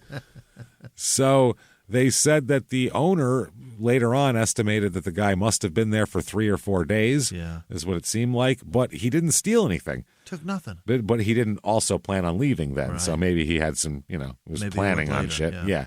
They said nobody was hurt, but these people in the Green Lake community freaked the fuck out. Yeah. Obviously, they were like, we didn't even know people knew we were here. Right. Meanwhile, there's squatters just making soup in our cottages. So, and when they hear later on that, it could have been a guy named David Snow who could be dangerous, and they called him a military buff that is, quote, involved in bizarre war games. And we'll talk about that as well. They said because at this point they want to talk to David Snow because they think he's responsible for a string of cottage break-ins. And so they want to chit-chat with him. Is there gift-wrapped shit in this house, too? There is there's gift-wrapped shit everywhere. Everywhere he goes, he leaves a trail of newspaper-wrapped turds in his wake. Every single place. I feel like if he's just walking and something falls out of his pocket, that's probably what it is. He gives it to him at Christmas. There you go. It's wrapped. Stocking stuff. It's already wrapped. Yeah. Just puts a bow on it. There you go. So March 18th, 1992, so a couple months go by, there is an elderly couple who were in North York, which is a more rural area, and they are basically essentially carjacked, but with the person telling them to drive because the person who carjacks them doesn't drive. So they're forced at gunpoint to drive this man from a Midland area cottage to downtown Toronto. Oh. All the way into the city. Take me to the city. And it's David Snow holding them at gunpoint. They own a summer cottage up there. Apparently they came to check on the place and found him inside. God, and rather than taking off, he held them at gunpoint and said, "Get in the car, you're driving me somewhere." So he holds them there and forces them into the car, forces them to drive to telling him that we're driving to your house in Toronto. Oh, God. That's where we're going. We're going to your house. So they're going there. When they got to a busy intersection, they're in the middle of the intersection. The old man just stops in the middle of the intersection and says, "I'm not fucking moving an inch." And everybody stopped beeping at him. He's in the middle of a busy intersection. In the middle of the road. Which is brilliant. Yeah. You want to get attention, Yeah. stop your car in the middle of a busy intersection in a major metropolitan area. Other people will murder you, but the guy in the car won't. And there's a cop right there. Always. Always. And there's someone coming with a tire iron and like a cab driver yelling in Sri Lankan that he's going to murder you. There's going to be all sorts of shit going on, but you will get attention. The child on her way to her ballet that is late, and now she's pissed too. Everyone's pissed at you. So at that point, he's holding the gun up. He's like, "Well, I'm going to shoot you." He goes, "Well, go ahead. You're going to what are you going to do? Shoot me and walk out and all these people and you're going to be caught." So in your court right now, asshole. So Snow didn't know what to do, so he just jumped out of the car and ran away. If you just refuse him, he'll just freak out. He doesn't know how to deal with it. That old man was smart. He did. That was a brilliant move. So he disappeared into a crowd of people because it was a busy downtown area. So that was that. No one ever found him. He did rob them. He said, "Well, give me your cash," and they gave him his cash, and he took the fuck off. He's like, "Give me your cash, and I'll go," and that's what he did. A bus. Yeah, why not? Or a train. I don't drive. Yeah. So they were unharmed, though, physically unharmed. Very lucky people. Now, April 13th, 1992. Remember the Blackburns? Yeah, with the octagon house. Yeah, octagonal barn there. Ian Blackburn, 55 years old. Nancy Blackburn, 49 years old. Ian is a partner in a real estate firm of Harrison and Blackburn. Doing great. His wife is a public health nurse, is Nancy. They have no children. 55, 49, they were never able to have kids, so...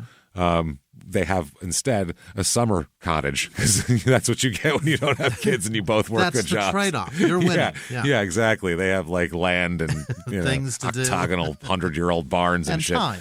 And time to have them rebuilt. Yeah. So based on friends, one friend said they just lived their lives around each other. Loved hanging out with each other, did everything together.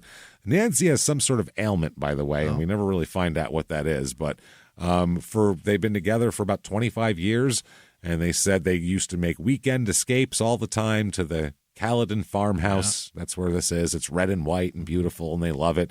And a friend from Caledon up there said, quote, "They came to the country to get away from people. They didn't encourage chatter with the neighbors, and we respected that. Private people. Themselves. Yeah, they come up there, they stay private and whatever, and nobody bothers them. They don't bother anybody else. Why not? I can get company in the city. I'm here to be alone." Exactly. Exactly. So on this day in April of 1992, April 13th, Jamie Osborne is their nephew. A guy named Jamie Osborne. They haven't been heard from in a few days. It's been about 6 days. Ian and Nancy. Yeah. So they're like, where the hell is Uncle Ian and Aunt Nancy? What's going on here?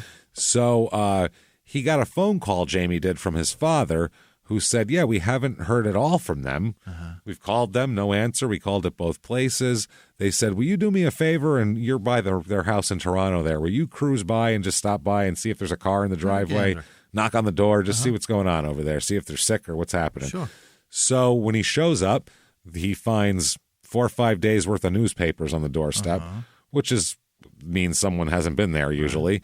And he gets to the doorbell, though. He rings the doorbell. Nobody answers. Yeah. What the fuck? So he notices that Nancy's car, her Chevy Celebrity, is parked in the driveway. Okay. So he's like, okay. And now Ian drives a maroon Cadillac that's not in the driveway. Okay. But there's a Chevy Celebrity in the driveway, and he says, so he just went over and looks at it. Yeah. Looks in, you put your hands up, around your face, and you look through the glass. Yeah. That's what he's doing. Smudges on the window. And he looked in there, and he said that he saw some tissues with blood stains on them sitting in like the console area, a bunch of them. It was like a lot of tissues, but not like obviously a body's worth of blood on tissues, but just a lot of blood, too much blood to be. Just enough to cause panic. Enough to be that you wouldn't just leave that in your car, here. So he looks at that. He thought that was weird. So he walks around the car and he's like, fuck, I don't get it. So the car's open. So he's like, well, let me see if there's anything in the trunk, if there's suitcases packed or something in there, and maybe they came back. He's just trying to piece out together what's going on. Yeah. So he opens up the trunk from the, inside the glove compartment. You pop it there on a Chevy Celebrity. And then he goes to the back to look in there, and there are no suitcases in there. Nothing. So that's not a clue. But there is a horrible, horrible thing in there. Two horrible things here. There is the bodies of both Ian and Nancy. He found them in the trunk? Stuffed into the trunk of their car. Oh, my God. And they've been there a few days. So, oh, no. You know what that smells like. That's awful. Even with the cool air at night, that's not great. Now, Ian is there. He's fully clothed. Nancy's nude, which is a bad sign as well. They're found in the trunk of the car, parked in the driveway on St. Leonard's Avenue. It's April 13th, 1992. So obviously the nephew freaks out, calls the cops, does, normal things like that. Sure. The autopsy showed that Ian had died of asphyxia and that Nancy had been strangled. Oh, my. Not wonderful. They also found, when they do the full examination, multiple blunt force injuries and bruises all over Nancy's body.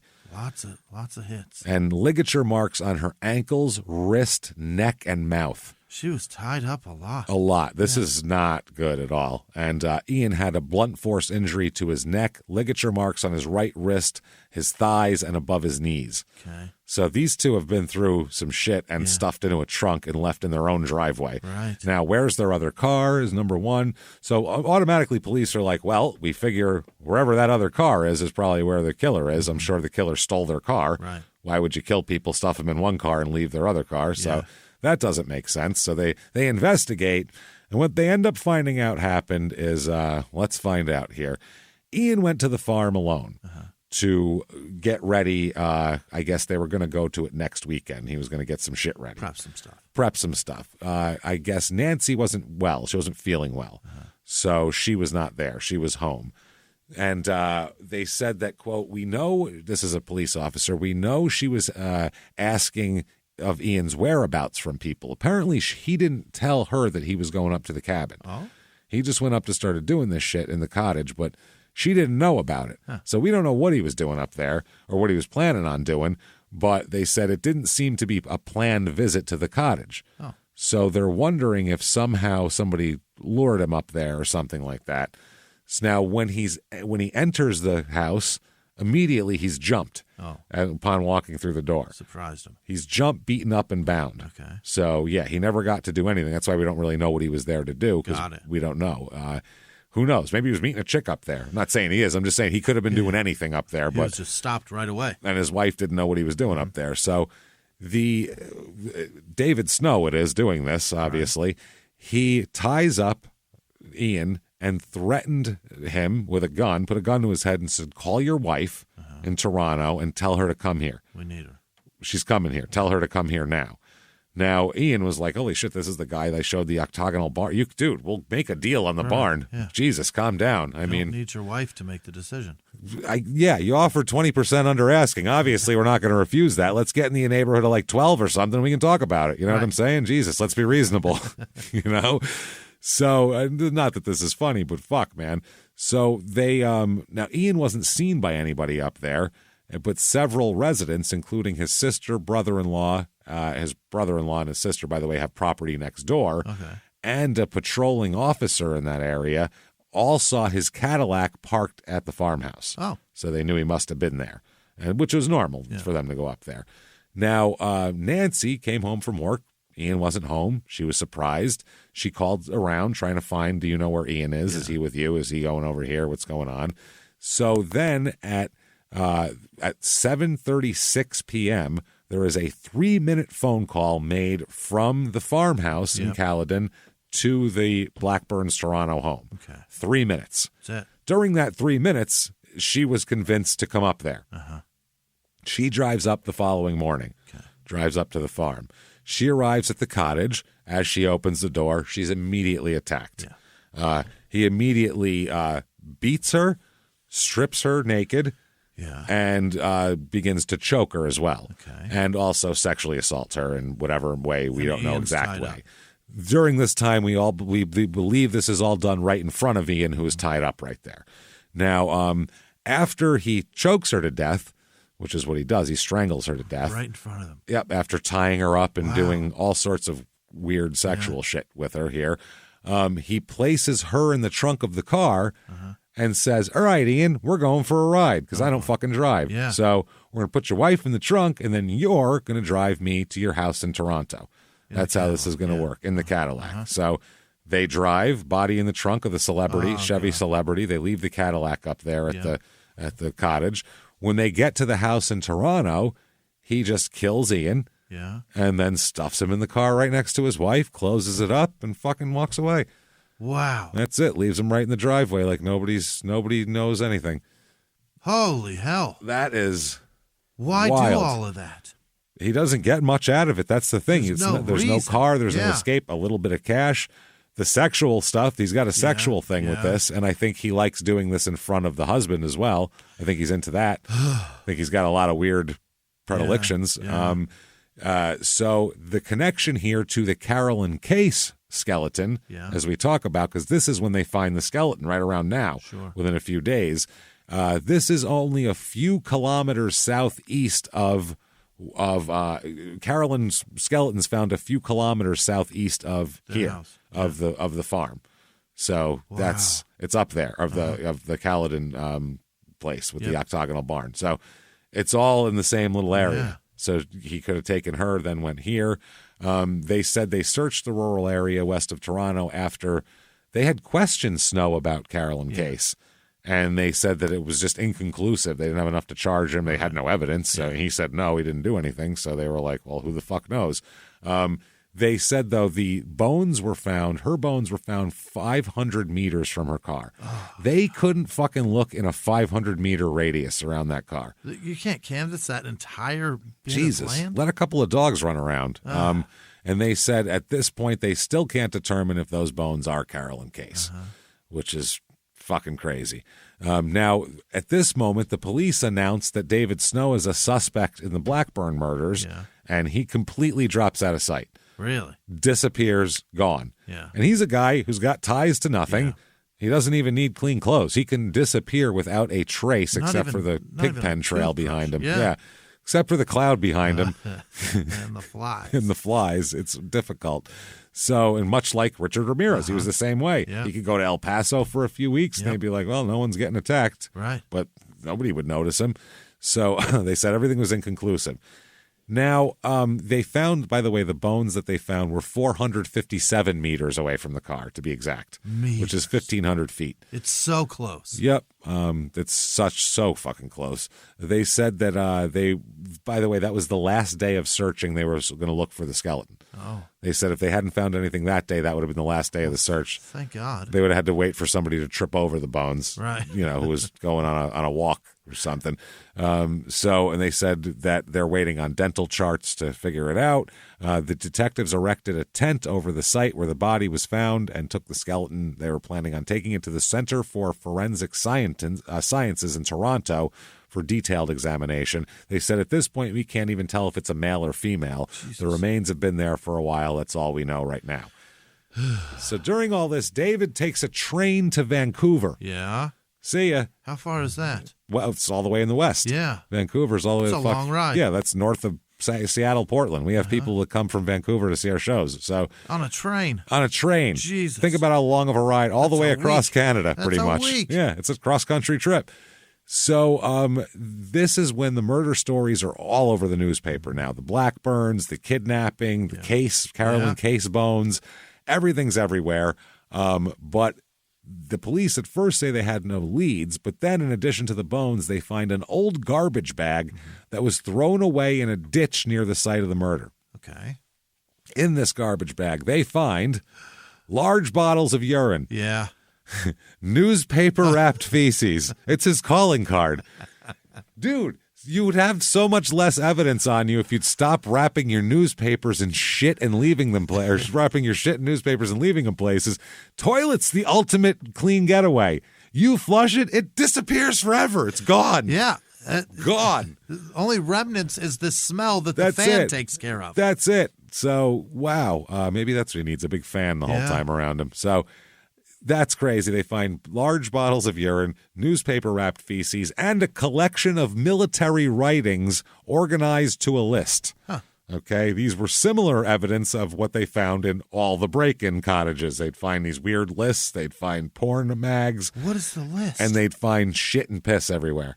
What is this hang-up with the list? Well, I'll tell you exactly about the lists in a minute here. I'll give you details of exactly what's on them. So even with all of this evidence here, they decided to take some of this to the public because they couldn't find him. Yeah. So they're like, we can either keep it private and have this guy live in the shadows, or we can put him on public blast and hope somebody fucking tells us where he is. Really embarrass him. Because you can smell him from a mile away. Someone's going to find him. So they posted a collection of the military writings here to the media. Like, what was in that? Do you know anyone who writes this weird shit? Right. They said he's someone that break and enters cottages and tries to keep himself in remote areas and has had a couple of confrontations in the past few months.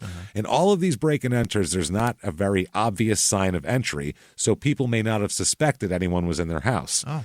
As much like he didn't like break a window or kick a door in. None of that. He'd find a way to get in there more quietly, so you wouldn't know he was in there. Wow. Which is scary as shit. Horrifying. That's terrifying. That's a man that's done this a lot. Exactly. That's a man that also knows that neighbors check on their neighbors' cottages. So as long as everything looks fine from the outside, you can probably squat there for a few days. Never bother me. I guess maybe that's why he doesn't flush the toilet. I'm not sure. So his brother, at the same time this is all going on, his brother finds a bunch of weird shit. Victor? Yeah, Victor finds a bunch of weird shit at his house. Okay. Photographs linking his brother to the Blackburns, number one. Boy. Photographs of their property, photographs of him with them at their property. So he knows them, he knows of the property, he knows of the barn, all that kind of shit. He said that he found pictures in a briefcase at a house where he and his brother, it's his family house that David lives in there. He said the briefcase also contained pornographic pictures. By the way, he would cut out pictures, much like BTK would cut out his slick ad girls, he called them.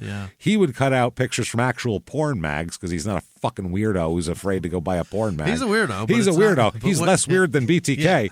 He doesn't have to make porn. He buys it. Because he's not too like, oh, I don't want anyone seeing me with this magazine. Right. He's like, I smell like a goat. I don't care what people think I fucking buy. So he said porn mags, sheets of paper with, quote, what seemed to be listings of ships or submarines in his brother's handwriting, and photographs of the octagonal barn as well. A bunch of them, like an obsessive amount of photographs of this fucking barn. Weird. Now, among his possessions was also camera equipment that belonged to Ian Blackburn and guns stolen from another farmhouse in Caledon that he was hermiting in. And he was House Hermit again. Now he's known as the Cabin Killer and the House Hermit. Yeah. I like the House Hermit better, but he's obsessed with Second World War military hardware, is what the homicide investigators tell the public. So this is what we're looking for. Like helmets and shit? Everything. He left handwritten lists of battleships, aircraft, and other Second World War ordnance, and several of these places. This wasn't his like master list. He was always doing this. Just constantly. He'd go finding new somewhere and things. just write a list out of shit that he knows about these. It's not things that he wants. It's just things he knows. It's things he knows. We'll talk more about it. They don't know if he's playing some kind of like fantasy war game. Yeah. You know what I mean? Like Yeah. this is the side. This is the equipment this side has. This is the equipment this side has, and then let it play out in his head like, Weird. like a game, like a fantasy game. He says the detailed list, which contained descriptions of German, Japanese, and U.S. military firepower of the 1930s and 40s, they're looking at it as a calling card at this point. They also have calculations down the side of at least one of the lists that's why they think maybe this is some kind of war game. Maybe that's points or some battle he's creating. This many people were killed in this attack on this, and he's creating a battle. He's not stupid, they say, either. So that's one thing. So he can keep shit like this in his head. They said they didn't find a trace of the lists at the Blackburns farmhouse. No, but he wasn't there very long at the same time, too. So they said they thought maybe that they were just trying to figure out if he lured Ian there somehow or not. Yeah. If he, like, met him in town and said, oh, that farmhouse, I want to look at it again. I might want it. Can you come out for a minute? Because that's very possible. Right. So the long lists of military shit included entries like, quote, and this is in parentheses, Jap Kawasaki Type 88-2 light bomber, 1929, and U.S. and then U.S. parentheses, Keystone LB-5A bomber, 1927. Shit like that. What is That's what I mean. It's all, I'd give you a list, but it's all stuff like that. It's official. The terminology and numbers. The real, Yeah. what the point code is, names and everything, right. and what the exact model names of ships, bombers, submarines, planes, of all the forces for the 30s and 40s. So seems like he's doing a weird war game thing. And they said maybe he does that on paper when he holes up in these cottages because he doesn't do anything else, which is weird. Now the authorities get a phone call on May 28th. That links him to these military lists, which is Alison Shaw, the lady who writes the book with her husband Darris there. That lady, she didn't write the book with him, but she had a husband Darris. They're divorced now, I think. So she believed that the handwriting belonged to him because she knows it because she's been in business with him before. Right. She said it's very strange writing style, and she recognized it from being in business with him. She called police on May 28, 1992, after seeing a Toronto newspaper's account of the investigation of the Blackburn murders. And she heard the killer was a military buff who kidnapped them and did the whole deal. And she heard about the couple that he drove to the intersection and all that shit. She said that it was an accompanying illustration showing a sample of the handwritten military list that led her to tell police that Snow must be involved somehow.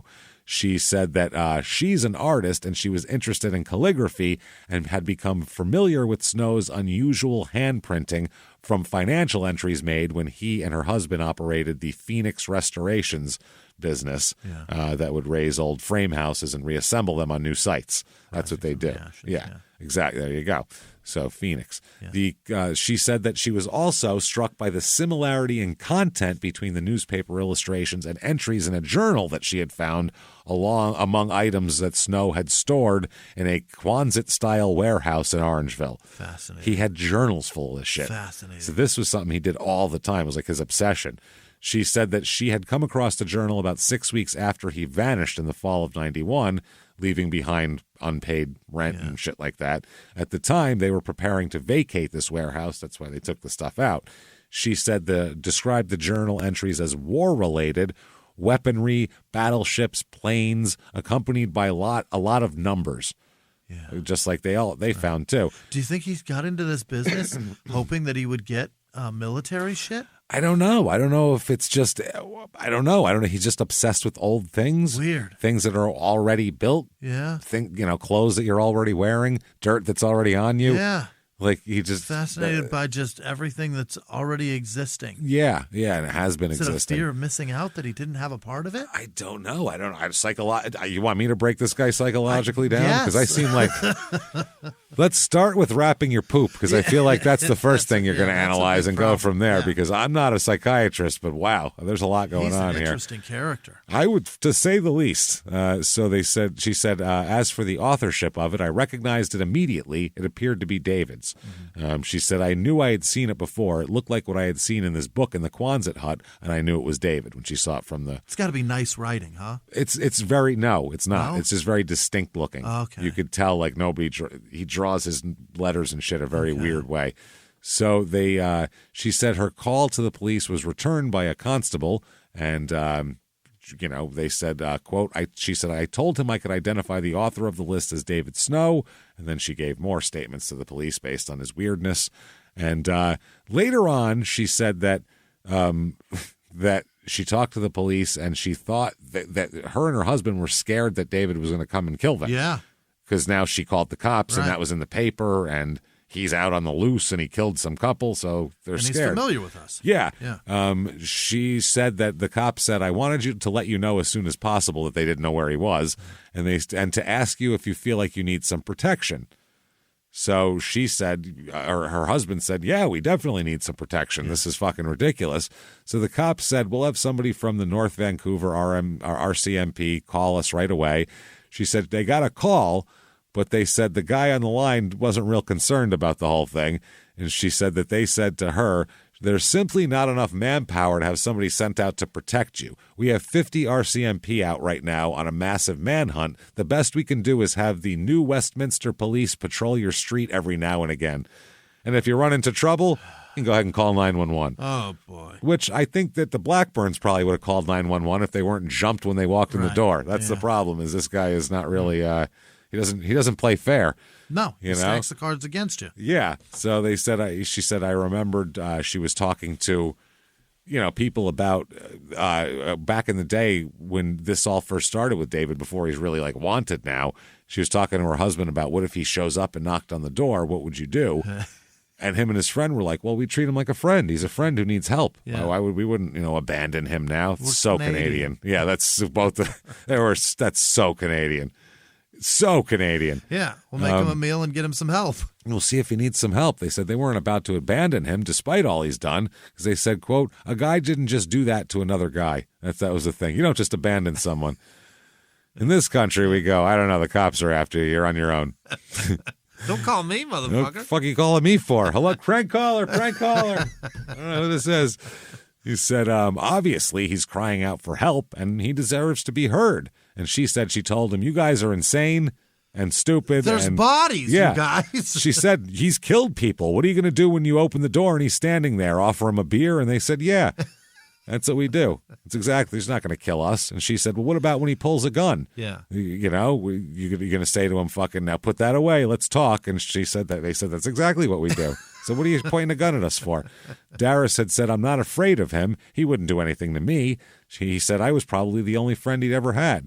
And he also said to the wife, we know how he feels about you. Right. So, I'm sure he might tie me up and rape you and kill you, but outside of that.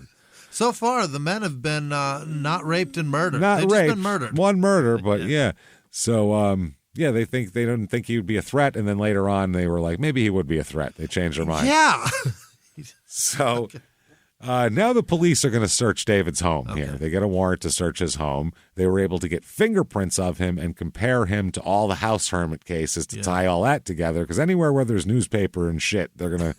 He's anything there. No need for a fingerprint. That's as good as a fingerprint. That is a fingerprint. That's a DNA sample, a fingerprint, a facial scan. It's all of it in one. He got his asshole print. How many people in Canada wrap their shit in newspapers? Let's be realistic. How many is it? There's probably a few more that bottle their piss, but I'm sure they don't. They don't wrap it. They're not wrapping. Rappers. No, not wrapping. And if they do, they throw it in the garbage. They don't just leave it around the house, put it in their pocket for later. A couple of nuggets in a newspaper that's what a fine. That's a big deal. You go, what is this? What did somebody move here and put some Hummel figurines in here? Oh God, Jesus Christ. Oh dear Lord. Oh, it was hard.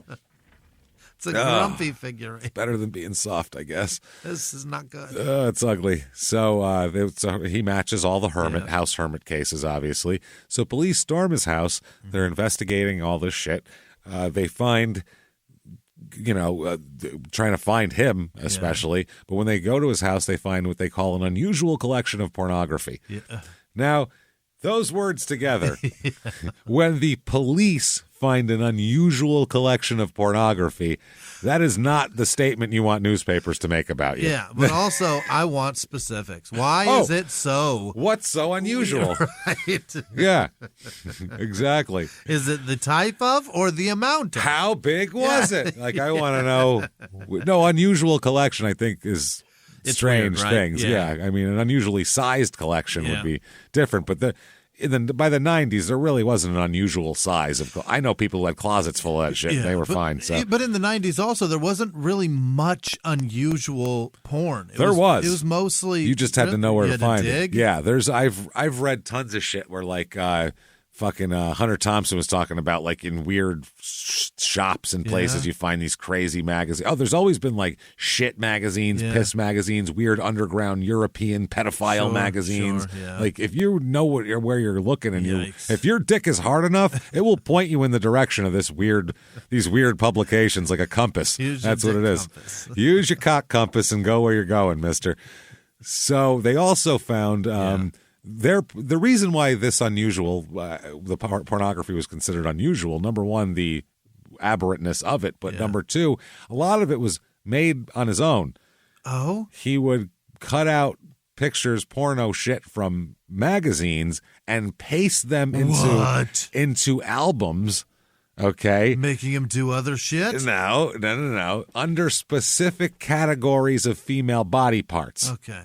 So, like, here's my tit album and my ass album and my butthole album and my pussy album. I got them all. That's what he's got. Fat Clitty album. He's broken them down into body parts in a magazine. He's the original Pornhub. This is he's got categories, but it's just here's just tit pictures and here's just asshole pictures. Yeah, he would be very happy with what's happened to porn now. It's very categorized, very, very much categorized. So they found boxes of books related to the subject of 1920s, 30s, 40s military equipment. Mm-hmm. So that's how he knows all these names and all the model numbers and everything. He's got books. He's memorized them all. So when the police get to his attic, as you know, it's going to be normal up there. Oh boy! If the main floor's weird. Whew. They realized, this is where he spent his time. Yeah, this is the shit that he keeps in public view. Let's go see what he hides. And the rest of the house too didn't look real lived in. It was messy, but it wasn't like, this is where he sits on the couch. Upstairs is where he hangs out. Jesus. And they said in a collection of photographs, a picture of the barn located on the Blackburn property was found. And that was like, there we go. Here's some more proof. So June of 1992 is when it's announced, Canada-wide warrant. We want him. Yeah. Anybody fucking sees him, give us a ring here. He's described as a moody loner and a military buff. Oh. Just the guy you want to approach. Yeah. So, moody loner. They called him a transient facing more than 30 charges that range from attempted murder to sexual assault and causing bodily harm. Because we'll talk about what he does now. Oh, boy. So Ontario police officers fly to Vancouver to see if he's there. I mean, everyone's looking all over the place here. He's wanted on kidnapping charges in the kidnapping of the elderly couple, the sexual assault of Nancy Blackburn. The only charges they don't have on him right now is Carolyn Case. They haven't charged him with shit on that. They say this is the largest manhunt in North Vancouver history at the time taking place, and they say he keeps eluding these Royal Mounted Police officers. He's doing back roads. He doesn't have cars. No, and the other thing too, he doesn't need shelter. He'll just sleep in a ditch. He doesn't care. Dirt isn't a thing for him. He shits in a newspaper. He doesn't have those dignity.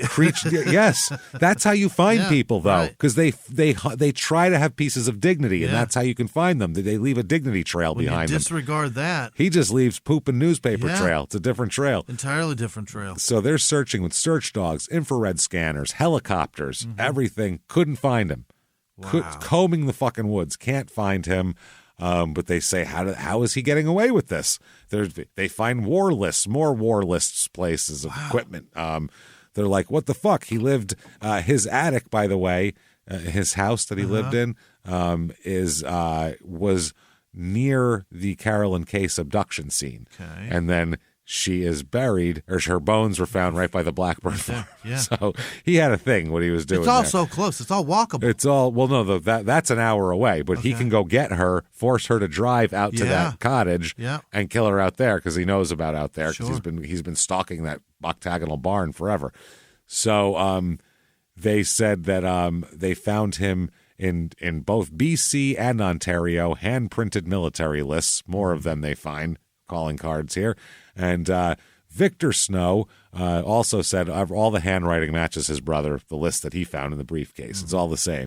Calling all dog owners. Your furry friend deserves top-notch nourishment. And Ollie delivers the clean, fresh nutrition your dog needs in 5 flavors they'll absolutely flip over. Ollie is made in U.S. kitchens with ingredients carefully sourced from trusted growers and producers around the world, with absolutely no harmful fillers or preservatives. With protein-first recipes like fresh beef with sweet potatoes, fresh turkey with blueberries, or fresh lamb with cranberries, you might start thinking, dang, my dog eats better than I do. And that's probably true when it comes to Ollie. Give your pup a fresh start this new year by letting them taste test a personalized meal plan with Ollie. Head to ollie.com/Wondery. Tell them all about your dog and use code WONDERY to get 60% off your first box of meals when you subscribe today. Plus, they offer a clean bowl guarantee on the first box. So if you're not completely satisfied, you'll get your money back. That's OLLIE.com/Wondery and enter code WONDERY to get 60% off your first box.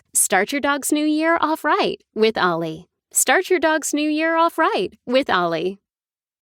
Creating really great retail experiences is tough, especially with multiple stores, teams of staff, fulfillment centers, separate workflows. It's a lot. But with Shopify Point of Sale, you can do it all without complexity. And let's face it, acquiring new customers is expensive. With Shopify POS, you can keep shoppers coming back with personalized experiences and first-party data that give marketing teams a competitive edge.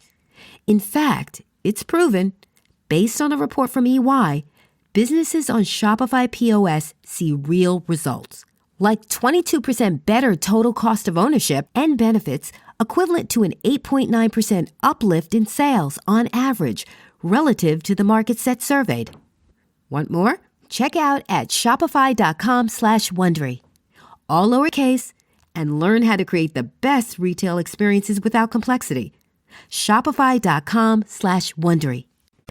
So the reactions by his people that know him are surprise, actually, shockingly enough. Sure, yeah. Cheryl Overland, who worked in a store across the street from the antique shop that he owned, said, "This is a complete shock. There's complete shock here." She said, this is not the David Snow that we knew. She does say, quote, "One thing that the newspapers did get right, though, was that he smelled. It was very bad." This is a pro David Snow guy. He did stink. That is correct. But everything else is bullshit. I don't believe a word of it. He smelled horrible. Except, wow, yeah, he smelled like a farm animal. Bob Smith, who owns a cab company in that town, remembered him as a quiet loner. He said, "I don't think he had any friends." Oh. Well, let's not feel too bad. Maybe because he has a pocket full of poop wrapped in newspaper. He had a couple friends and he killed them. He killed them, or he's got the one guy, he owed him money. Yeah. So another guy here is his cousin Alan. His cousin Alan's 24. And he doesn't believe any of this. He said, "This is ridiculous. I didn't know him that well, obviously." This is the other thing. He goes, "I didn't know him that well, but from what I knew," quote, "he was the type of guy who wouldn't hurt a fly." Okay. Not a fly. He said, like the rest of the family, he's struggling to understand what happened. He said, quote, "He wasn't a big socializer." No. Not surprising. Kept to himself. When you smell like a goat. He has shit to hide. Literally. Shit to hide. In newspapers. June 29th, 1992. Yeah. All right, still on the run. Yeah. A 26-year-old woman is working alone in a clothing store. Okay. She manages, it's in an area of Vancouver. she notices a particular male customer walking in and out of the store, claiming to be looking for a gift for a family member. She said she could tell when the man entered the store because he, quote, had a foul smell. So you can tell when he came in because his smell, like, boom, fills the store. The bell wasn't as much an alert as the smell. His smell is audible. Yeah. You could smell him. You could hear his smell. You smell so bad I hear it. So the store closed a few minutes after the man had walked out, but the moment she locked the door, he came back to the store saying, "Oh, please let me in. I remember now I know what I need to buy. I figured it out. So I just came back to get it now," and you locked the door. Decision. Please locked open it right up. in my face. So she did. She let him in. Once she let him in, it's David David Snow, obviously, here. He forces his way in there and pulls a gun on her. Okay. So he forces her into the back room at gunpoint, orders her to take her clothes off. Oh, God. And when he did, he starts sexually assaulting her and ends up trying to rape her and does raping this poor woman. Sure. So at some point, though, he heard a noise coming from the front of the store in the middle of this. Yep. So he got up to go look and investigate. When he does this woman fucking jumps up and jets out the back door.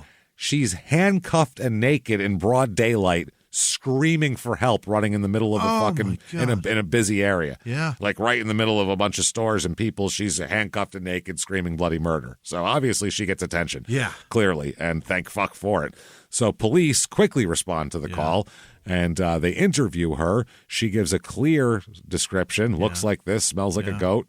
And they do not put this together with David Snow because they don't think he's in Vancouver. Okay. They think he's in Toronto. They don't know he came here. In northern Canadian history. Sexually assaults me, smells like a goat, and they go, no, it must be an isolated incident. Must be another guy. So they don't link the two together at all. So they just go, well, we're looking for one crazy guy. Oh, boy. So that was June 29th. July 3rd, 1992, Lenore Rattray here. She's 21 years old. She works at Suter's Photo Studio in Vancouver at 3618 East Hastings Street, and she disappears.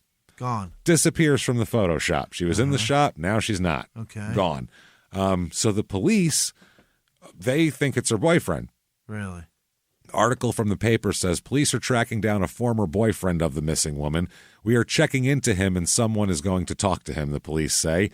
She disappeared after leaving the studio here. They said just days earlier she spotted a former boyfriend outside the studio and was terrified, a fellow employee says. So family members say she had dated this young man in Calgary like 3 years ago but dumped him. And a cousin of hers said that the ex-boyfriend had been phoning her and bothering her the whole time. This man, that man moved to Vancouver from Calgary about 2 weeks before Rattray came to Vancouver from Calgary. So he came first, and then she moved there, and this was in May. Now, Rattray's mother, she said she believes Lenore is alive somewhere. She's hoping, obviously. Lenore's best friend, a woman named Dawn Smith, said she's praying for her friend. She said there was nothing to make her do this on her own, like disappear. She said she talked to Rattray.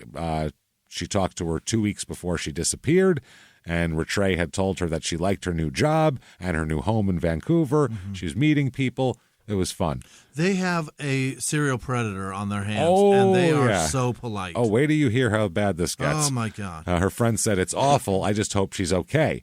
Police determined that the ex-boyfriend is in Kelowna, and they were looking for him. They said, we have nothing to point to anyone right now, but any leads we have are speculative, and we're going to look into everything. They noted the ex-boyfriend may not even have been in Vancouver. They don't know. They don't blame him completely. Even in the paper, though, they're like, listen, hey, let's give him the benefit of the doubt for now till we get some DNA or something good going, He said Rattray was wearing a red top and a red tight-fitting pants when she disappeared.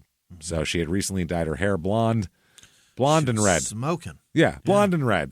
Now, what actually happened to her? What happened? Well, David came in, posed as a customer seeking a family portrait. Because you really want to immortalize what he looks like in time. You want to really get that on print. Put this face in Please. glossy form. We beg of you. You know what? He's going to put like glamour shot shit. Give it like slap some Vaseline on the lens. Let's do this right. Yeah. So he abducted her at gunpoint as she was closing the store at 6 p.m. This seems to be his style. He waits till closing, and that's the easiest time to do it because people just want to get out of there. Right. So she made no effort to fight or flee after resisting she resists first and then doesn't.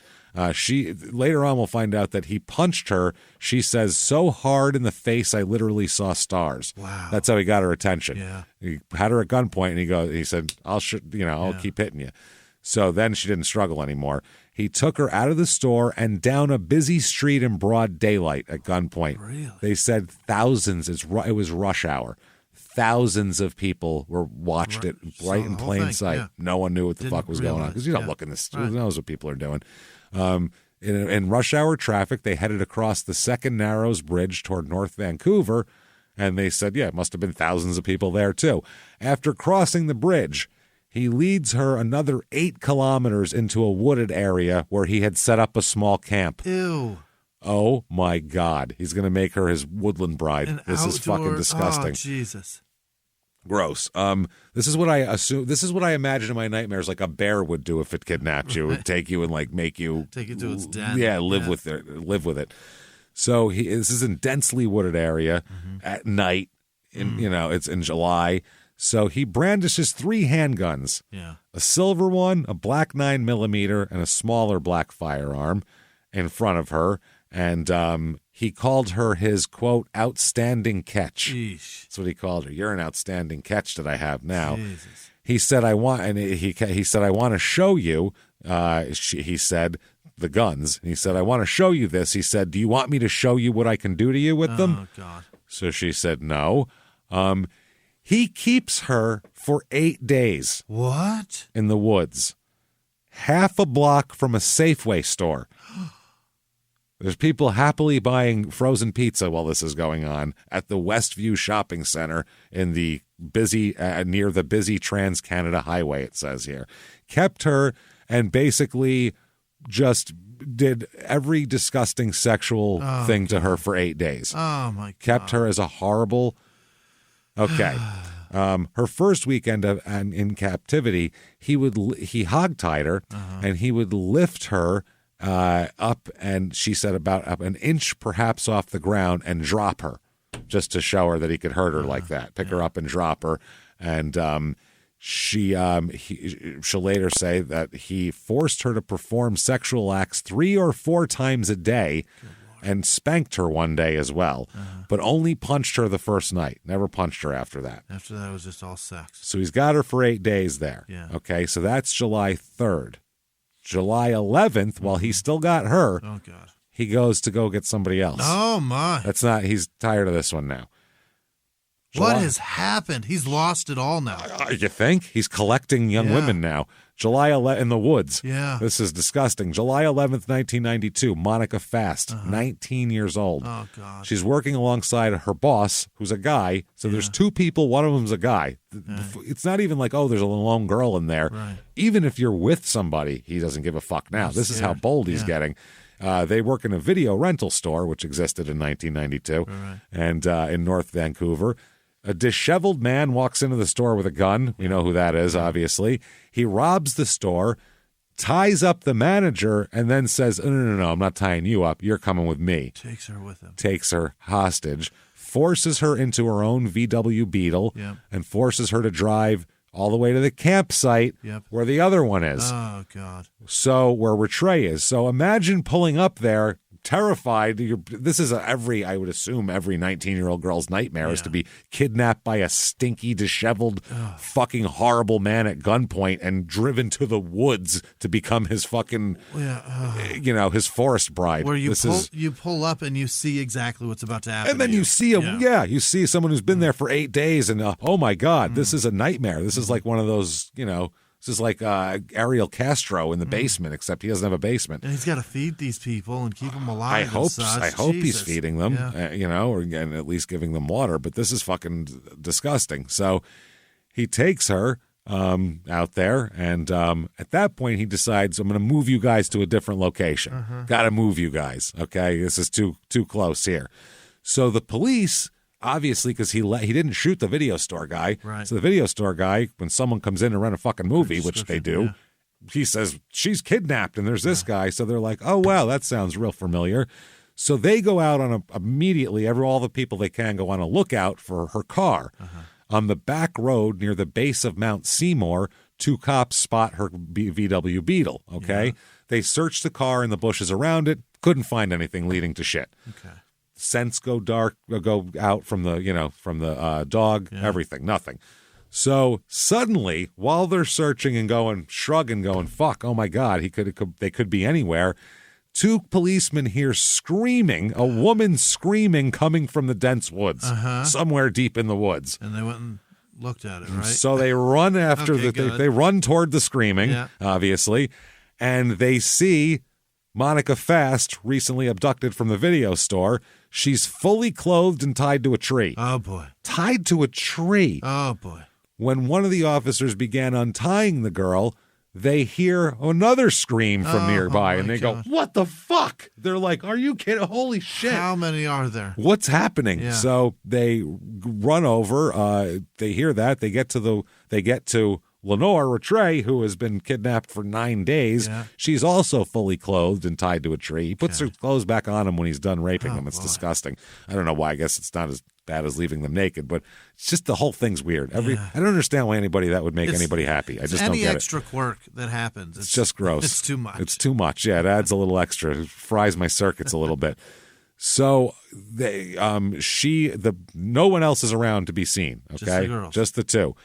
So the photo studio, Lenore Rattray, who's been there for 9 days, is unresponsive. She is a catatonic, like fucking Cameron and Ferris Bueller. Like she's in a coma. Yeah, they're asking her questions, and she's blank expression, just staring at them, not speaking. So he is traumatized. Imagine the trauma she's been through for 9 days. I can't imagine. She's a shattered woman. She's probably begged for death a million times, this poor woman.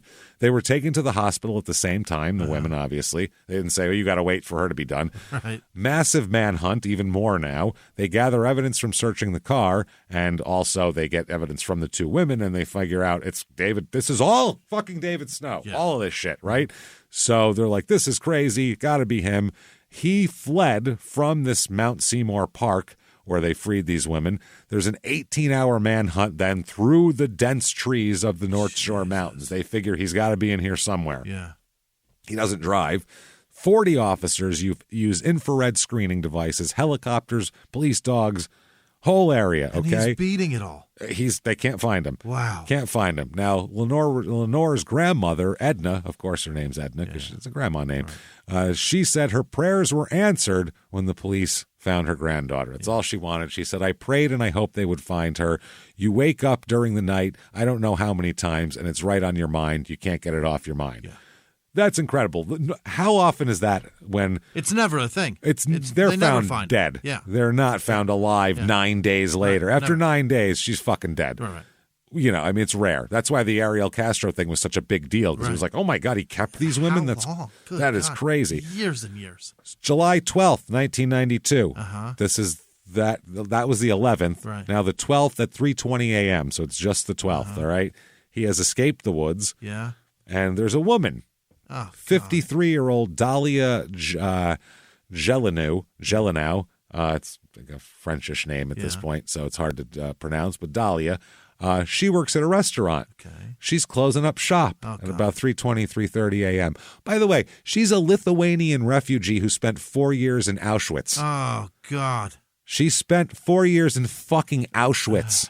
Not just a concentration, fucking Auschwitz. The concentration camp. I mean, so this lady has had about the worst luck anybody could ever have as a child. Yeah. I guess she just escaped, but still, 4 fucking years in Auschwitz is insane. And as a child, those were the first ones that they did things to. This is her memories of my early memories are of Auschwitz and nothing else. That's being bonkers. Yelled at in German. Holy shit, because she's 53, and she was probably 6 when she was taken there or something. So, wow. Snow comes in with his gun and forces her to the ground behind the restaurant counter as she closed up. He beats her up, this poor lady, okay? He forces her to the back of the empty restaurant, which triggers a silent alarm. Oh, thank God. Which causes the alarm company to call. Yep. He, at gun to her head, has her explain to the alarm company, oh, that's just me. Everything's fine. I went in the back. And you know how it goes, blah, blah, blah. But the alarm company didn't believe her. Good. They thought her voice sounded a little bit off, so they called the police just to make sure. Because it can't hurt. What, does she have Simply Safe? This is as good. That's if she had Simply Safe, it would have been way better even. But she said that she's telling him the whole time, by the way, there's nothing, I don't have anything. Yeah. She said, I'm just a grandmother. I don't have anything. I work in a fucking restaurant. Jesus Christ. She's pleading with him. He tells her, quote, I'm going to fuck you to death. Oh, my God. That's what he tells her. That's what he tells this poor woman who survived Hitler and Mengele and everything else fucking horrible you can imagine. That's what he tells her. Wow. Holy shit. He then stomped her on the stomach as she laid on the ground, and she said, like hell you are. And she said, this is where my World War III started. Yeah. One thing Hitler couldn't kill me. That's one thing. She's got spirit if she survived Auschwitz. She said, by magic, I felt my skirt come up and over my head, and I was naked. I was fighting like crazy. I was fighting here like crazy, and he's trying to tear my T-shirt at this point. So he then punches her repeatedly as he rips all of her clothing off and binds her wrist behind her back. He hogties her, okay? He then takes her slip she was wearing and stuffs it in her throat, gagging her. Then he covers her head with a plastic bag. Oh, boy. She said, I was already having difficulty breathing, and then I felt something extremely sharp cutting into my neck. That's because he covered her up with a plastic bag and then wrapped a fucking wire around her neck that holds pots and pans together. One of those wires. Fucking did that, and he's strangling her like a fucking mafia hitman while he has a plastic bag over her head and he's trying to rape her, okay? What the shit? And he's choking her at the same time that he's doing this. How is that hot? That's what I mean. What are you doing? What is that? Nothing in this guy's mental thing makes any sense to me How do you whatsoever. tie that to sex? How does that get? That's what it is. So nuts. How does that thought make you go, yeah? What the fuck is wrong with you? So, it is at this point that she is nearly dead when the police burst in from the alarm. From the alarm. Yeah. He tried to flee, but the police had surrounded the building, and when he busted out the door, they fucking got him right there. Yeah. They had him. He's apprehended at the scene, which is the most incredible rescue of all fucking time. Dahlia, unfortunately, spends 5 days in the hospital, but does physically recover from this act. The torture of humanity of this poor woman. Of all of it. Everything is to the inch, last Auschwitz, fucking, this. To the last edge of bag death. on your head, neck thing around your neck. Like, how many times can you survive death? Survive this. Holy God shit. damn it. If I was her, I'd start doing Evil Knievel shit. Anything. Like, I'm going to jump the Snake Canyon, motherfucker. What's the matter? I'll fucking survive it. You can't kill me. You can't kill me. Wow. I am rock solid. She said she survived the horrors of Auschwitz, but expected to die here. I believe it. She said this was when she said she thought she was going to die. Later on, after all this, she'll say, my life is a disaster. My life will never, ever be the same again. I will remember it to my dying day. She said not since she was a child has she had such torment in Auschwitz. She spent nearly 4 years there before being liberated finally by the American army or the Russian army. I'm not sure which one got there first exactly. She was with her mother and older brother there. She said, quote, it was quite a holiday camp, which I love the sense of humor of someone who's in Auschwitz and goes, it's quite the holiday camp. That's a fucking cool person I'd like to talk to. You know, that's a dark sense of humor. Yeah. She said, that is why this moron Canadian from Ontario chose the wrong person. This moron Canadian from Ontario. She said the SS, which we all know what that is. The SS were really cruel, inhuman beings. They were utterly inhuman. He, meaning David Snow, probably would have done very well with the SS, she says. Right? She called him, that's a great insult. Yeah. You'd have done well with the SS, you piece of shit. But he's fascinated with that shit, too. So what is... Oh, boy. Who knows? For him, it might have been a World War II daily double. Like fucking, and you were in Auschwitz? Tell me about that. God. Jesus. She said as much as he was hitting and thumping me, he was telling me not to fight back because he didn't intend to hurt me. While I was being choked to death and strangled, he was trying to break my neck. Wow. So, charges. Yeah. He's going to have some charges. A few. He faces 1 count of attempted murder, 5 of unlawful confinement, 3 of kidnapping, 5 armed robbery, 5 sexual assault, including 3 involving a weapon and 1 causing bodily harm, 2 counts of overcoming resistance to the commission of an offense, and 9 weapons counts. Okay. They're decided they're going to wait a second to charge him with the Blackburn murder because they have him on all this. They caught him red-handed. This is easy. So they can wait a minute and put that case together. So in the ordeal, Rattray, the one who he kept for 8 to 9 days, said, quote, this is what she'll tell the press and the court, quote, I was like a toy to him. It was like he was watching some pornographic movie and I was sexually assaulted every day. She said he didn't see me as a human being. He would do what he pleased to me. Gross. That is disgusting. Monica Fast described him as, quote, a sick, perverted, overgrown kid who exploited her as a hog-tied object for his sexual gratification. He raped both of them. Oh, yeah, repeatedly. Oh, my God. Repeatedly. Now, the murder charges, they said, quote, there's no real need for us to push something quickly here. We have time on the murder charges. He's going to plead to some shit because they caught him red-handed. There's really they literally caught him strangling and raping a hog-tied woman. In the middle of it, with a gun in his hand. Yeah. Like, you can't get any more red-handed than that. We never hear about that. Someone rescued in that fashion. Never. At the edge of it all. Oh, literally a minute later, she's dead. Over. She's fucking dead. That's incredible. That's incredible. Fucking wow. It's for we never get a happy like that. Like, yay, that person didn't get murdered. If we like somebody, they're always murdered in this show. So it's nice to have this happen. Not nice, but nice she's alive. He pleads to charges of sexual assault, unlawful confinement, attempted strangulation, and robbery here after this is on the 2 women attack here. Yeah. Guilty to 10 counts altogether. In this trial, though, Canada has something called a dangerous offender statute. What's that? Which is, I'll read it to you, when an offender is convicted of a serious personal injury or sexual offense and poses a continuing danger to the public, Crown Counsel may be able to apply to the sentencing court to have the person designated as a dangerous offender or long-term offender, which is a different category. The overriding aim of these 2 is the protection of the public and to prevent future violence. They said, here is one, a legal test for dangerous offender. Okay, court can find an offender to be a dangerous offender when they stand convicted of a serious personal injury offense, and the offender constitutes a threat to the life, safety, and or physical and mental well-being of others on evidence establishing a pattern of repetitive behavior that shows a failure to restrain their behavior, which is likely to cause physical or severe psychological harm to others. Okay. I think he definitely falls in that. Yeah. A pattern of persistent aggressive behavior that shows a substantial degree of indifference to the consequences. That's our guy. Wow. Yeah, that fits him like a glove.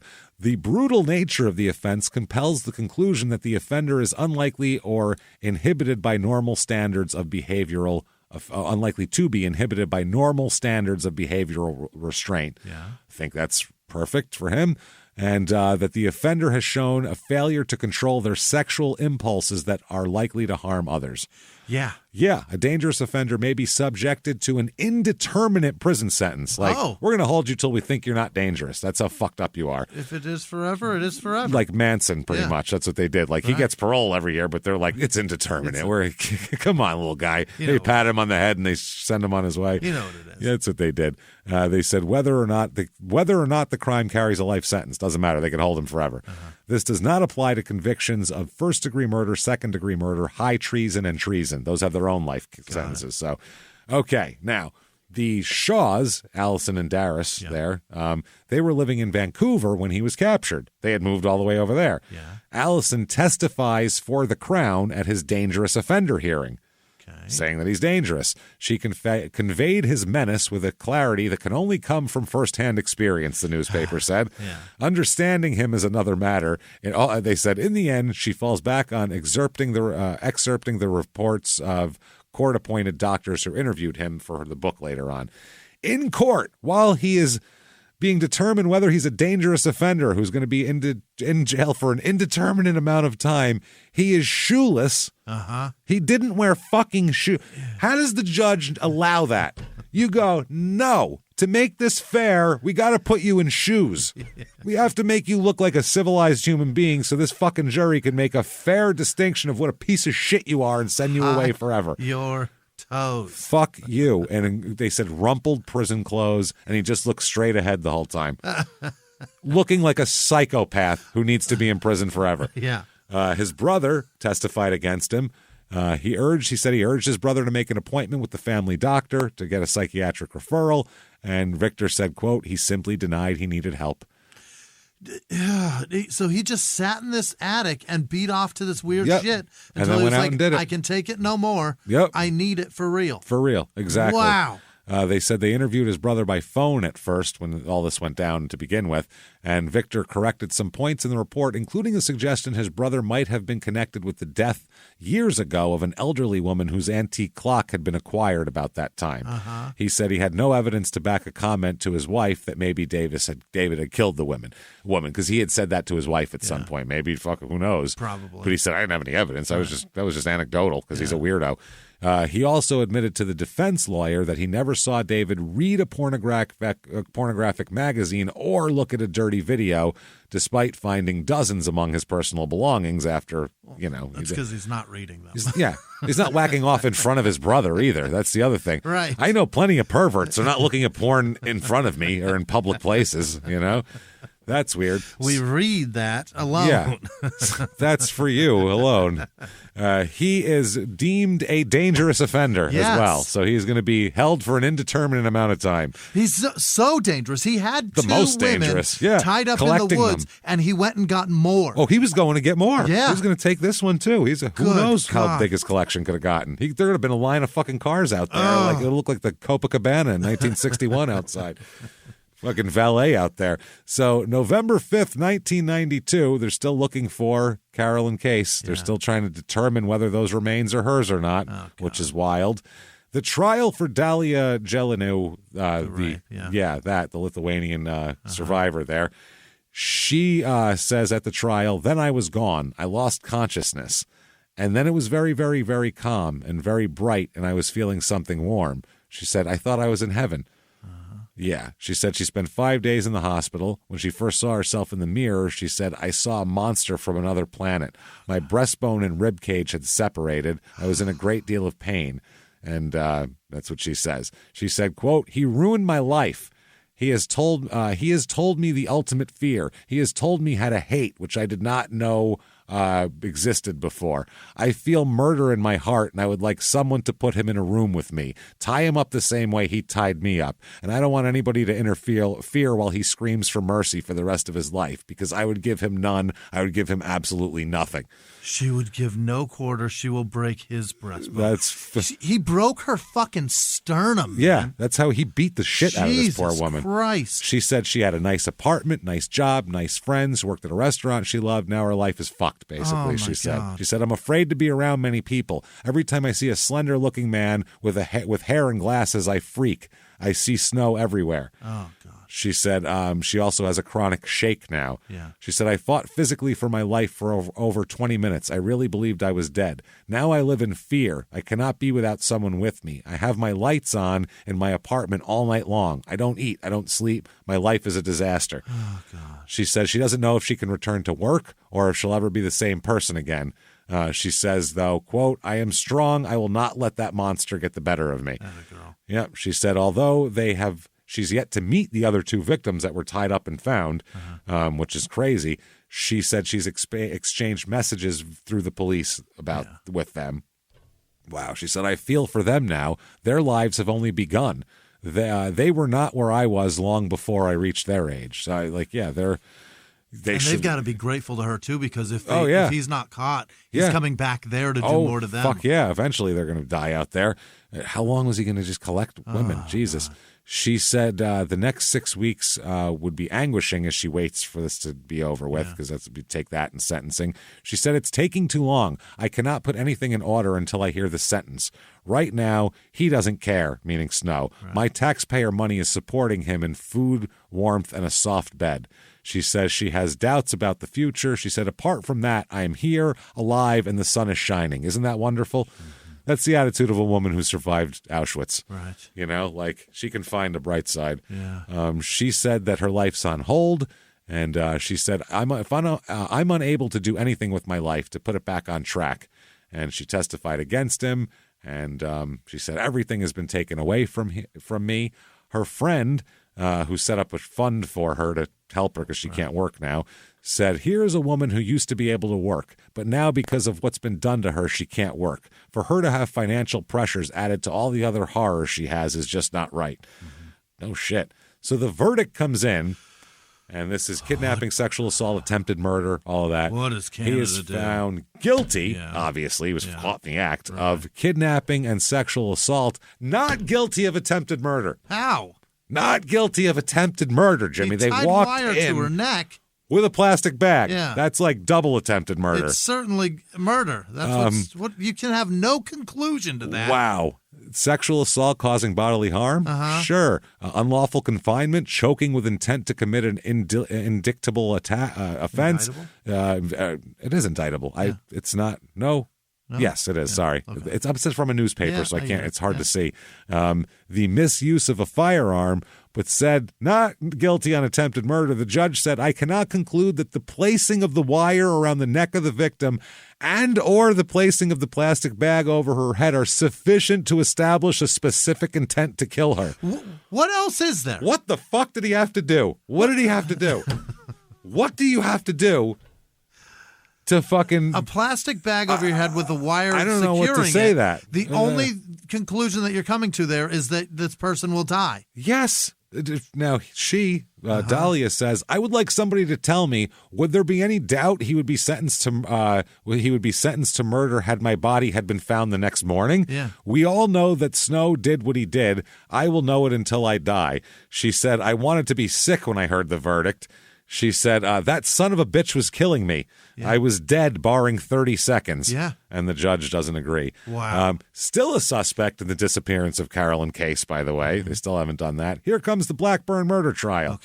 Okay. He says, before the trial, releases a statement to the judge, David does, quote, I have lived and worked in Orangeville, Ontario all my life. I'm not a mysterious character who suddenly appeared there. I was in every way a normal human being until a short time ago. No, you weren't. You don't know that's normal says something here. What's normal? He said, I have great remorse for the crimes and the pain I have caused, but I say no. I say so with no request for either forgiveness or leniency. I must live with the knowledge of my crimes, and no one else can understand the pain this causes me. Whatever the outcome of these proceedings, my future is one of the few things I'm already at peace with. He claimed he had no collection of pornography in Orangeville, as the court describes. He said the adult videos came into his possession as a part of goods he bought for resale from storage lockers when people did not keep up their rent. So he was storage hunting. That's all it is. Storage war I'm guy. Just storage warring. Who beats off to your old porn. That's it. That's the guy. But a psychiatrist, Dr. Stanley Semrau, he said it would be unheard of for a nice, quote-unquote, person to commit the act Snow did. It would be incredibly remarkable for there not to be traits of personality disorders. There has not been a recorded case of a person with no personality disorder or major mental illness being capable of committing these offenses. It would be a psychiatric impossibility comparable to a man having a baby. Yeah, so he said in the absence of a personality disorder, major mental illness, or the onset of a brain tumor, Snow would be unique in the annals of psychiatry. To carry out such a string of offenses, a person must have a serious pathological personality. So he just did this. He doesn't have an ailment. No, he's just a fucking lunatic. His brain's a mess. He's mushy in the brain. Oh, see this? He's all fucked up in the head. Mushy up there and hard down there. Hard that and mushy. Bad, dangerous shit. That makes shit that he needs to wrap in newspaper. So the trial went on for weeks. The defense lawyer, which is interesting, he got on the judge's nerves so much the judge would constantly yell at him. He would become exasperated. He would interrupt the cross-examinations. Really? Yes, which in front of the jury is rough with a defense attorney because you're making it like they're not as respectable as the prosecutor. Right. That's bad for appeals purposes. The guy, remember Kevin DeSolinaires, who hired him as a laborer back in the day? He talked about the gun and the ammo thing, talked about how, that didn't arrive. He got all pissed off and everything like that. During Kevin's cross-examination by David's lawyer, though, he conceded, Kevin does, that he only recently told the police about the revolver. He explained that the subject had not arisen in earlier interviews. Well, you didn't ask me. You should have asked me about a gun if you wanted to know about one. And he offered the information on being asked whether there was anything else he could recall about his dealings with Mr. Snow, who he'd hired to work as a laborer. He also told the trial of having the Blackburn barn pointed out to him one day as he drove Mr. Snow to that job they did, which and he said that he last saw him in August of 91, and that was about a week after David just took off without notice. Oh, so. shit. Allison Shaw, under cross-examination, she agreed that her husband and the accused had been close friends and asked why she had not called the police when Mr. Snow disappeared. She replied, "I really didn't think about him because he had done it before," meaning disappear. He does all the time. In the closings, the defense warned the jury not to allow the evidence of the similar fact witnesses, that he kidnaps people and rapes them and kills them and stuff. The ones that say the same thing he does over and over again. Yeah, they said, don't let that trigger a hatred of David Snow. That is not the purpose of the evidence. It's not? It's not. The Vancouver witness's testimony was used to show that, obviously, all these details. Now, the defense says the only reasonable common sense explanation for the similarities between the accused's other acts and what happened to the Blackburns is that the accused also killed. Oh, that's the prosecution. Yeah. Oh, that's what he's saying. He's saying, look, we don't want you to hate him because of this evidence. We want you to put it together that he's a murderer. Then you can hate him because he's a murderer, which makes sense. Yeah. So the jury finds him guilty of 2 counts of first-degree murder. I mean, pretty obvious there. Sentencing comes around here, and the verdict of guilty there means a life sentence. You, sir, may fuck off. Life sentence with no chance of parole for at least 25 years. And the fact that he's still under dangerous offender status means that could trump that happen, also. Yeah, that could just go right over the head of that shit. So total sentences, apart from the 2 counts of first-degree murder, as other convictions include kidnapping, sexual assault causing bodily harm, sexual assault, forcible confinement, robbery, weapons offenses. So he is altogether life with the possibility of parole. That's crazy. That's crazy. 25 years. This guy, no. In 2000, in prison, he is taking the court-ordered long-term sex offender program, and he's caught with pornography during that. You're not allowed to have that in there. That's not great. That should start your life sentence over again, yeah, right? Sorry. Back to 1, everybody. Remember when you were a kid and you'd get stuck to the corner or something, you do something bad, and they'd be like, time starts over now. Yeah, this is sorry. That's what it should be. Time's not back to fucking to 0. 1. Yeah, your timeout is coming. Take 2. 2004, he appeals his dangerous offender status. Moi? Dangerous? Like to feel that. He claimed he didn't get a fair dangerous offender hearing because he refused to be interviewed by court-appointed psychiatrists. Well, that shows you're dangerous, asshole. They didn't interview me. You refused, right? Yeah, see? He says he only refused because he was afraid it would jeopardize a murder trial later on, which is actually a smart move to say. But the Court of Appeals says self-incrimination is one of the risks a person runs in a psychiatric review. Yeah. And if you wanted to, that's what you could have done. So the judge there, they also talk about in his murder trial, the judge, quote, marred a notorious murder trial by repeatedly chatting with jurors in the hallway and refusing to scrutinize his own conduct, the Ontario Court of Appeals said, and yelled at the fucking defense attorney. Didn't do a very good job. However, it said that the conduct by the justice of the court was not so egregious as to warrant overturning the verdict. Like, he's still guilty as balls, He just sat out there gossiping about how guilty he is. Yeah, he's like, this guy's guilty as shit, ain't he? Filthy, too. Gross. Put some shoes on, right? You know what I mean? Disrespect my courtroom. Disrespecting my courtroom. The appeals judges also expressed concern about the extent to which the judge was drawn into exchanges of insults with the defense counsel, Sheldon Goldberg. Goldberg had objected to the judge currying favor with the jury, potentially causing them to side against Mr. Snow. Yeah. He alleged that the judge tried to win the jury over with 10 or 15 chats, that he stood outside the courtroom door several times, disparaging Mr. Goldberg and to court staff in a loud voice. They said, this is one of the appeals judges, many of the trial judge's interventions and comments could hardly be described as models of judicial decorum. But they said that although he was entitled to control his court, he said that he had, quote, risen to the bait of shit. The judge added, however annoying or irritating counsel may become, the trial judge at all times should control proceedings with judicious demeanor. The two factors that saved the trial were, first, the animosity between the judge and the defense attorney were obvious to the jury simply from their courtroom sparring, so any disparaging references they heard in the hallways wouldn't have constituted something new. Right. They knew that already. Those two don't like each other. In addition, the judge took the precaution of strongly warning the jurors to ignore any byplay between him and Mr. Goldberg. Hey, this happens in a court. It's legal. It's legal fucking swordplay. Don't worry about it. Yeah. The judge said it's fine for the judge said of the appeals court said it's fine for judges to be friendly toward jurors and prop up their morale, providing they stop short of appearing biased.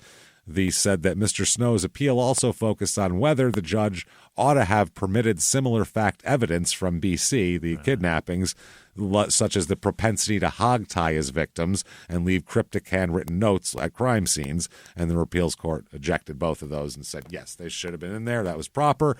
It took them just 24 hours to dismiss his appeal and say, get fucking off, dangerous asshole. Yeah. Keep going. The movie comes out. Oh, boy. The Friend of the Family movie comes out here. And this is pretty interesting. Kim Coates is in it. Really? Who is that? She's in stuff. She's in. She was in Black Hawk Down, Pearl Harbor. Kim Coates, isn't she the black girl from Designing? No. Who is that? Jesus Christ. Who's that? Kim? Are you thinking of? Is that Kim? Tootie? No. No, you're thinking of the tall one. Yeah, Kim. Kim something, right? Is it Kim Coates?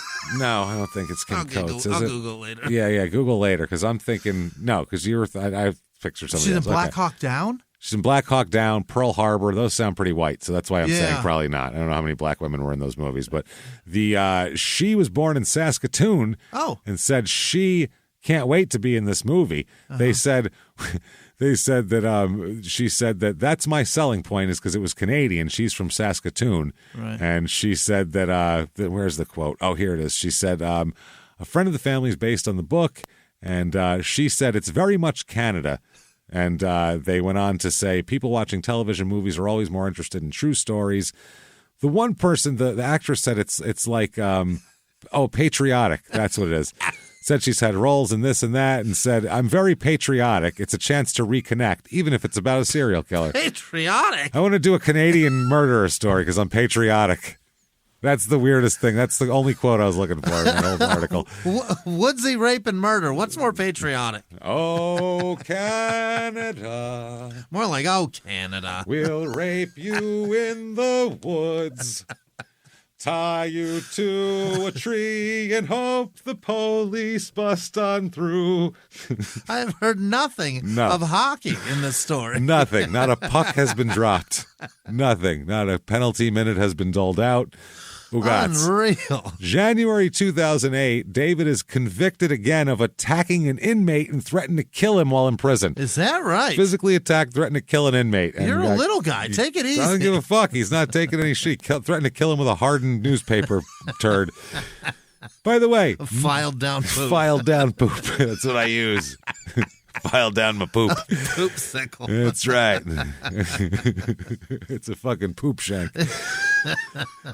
So, from what I can find, I can never find him charged with Carolyn Case's murder. Wow. Never charged with it. I don't know if they can't connect it physically or what the deal is. They never even identified that it's her? They might have, but in Canada, that might have been private. The family might have said, don't release that information. And then They didn't charge him because who knows? He's never getting out anyway. I guess. In 2013, a psychological risk assessment characterized Snow as high risk to violently and or sexually reoffend. He's all over the board, too. We would say, yeah.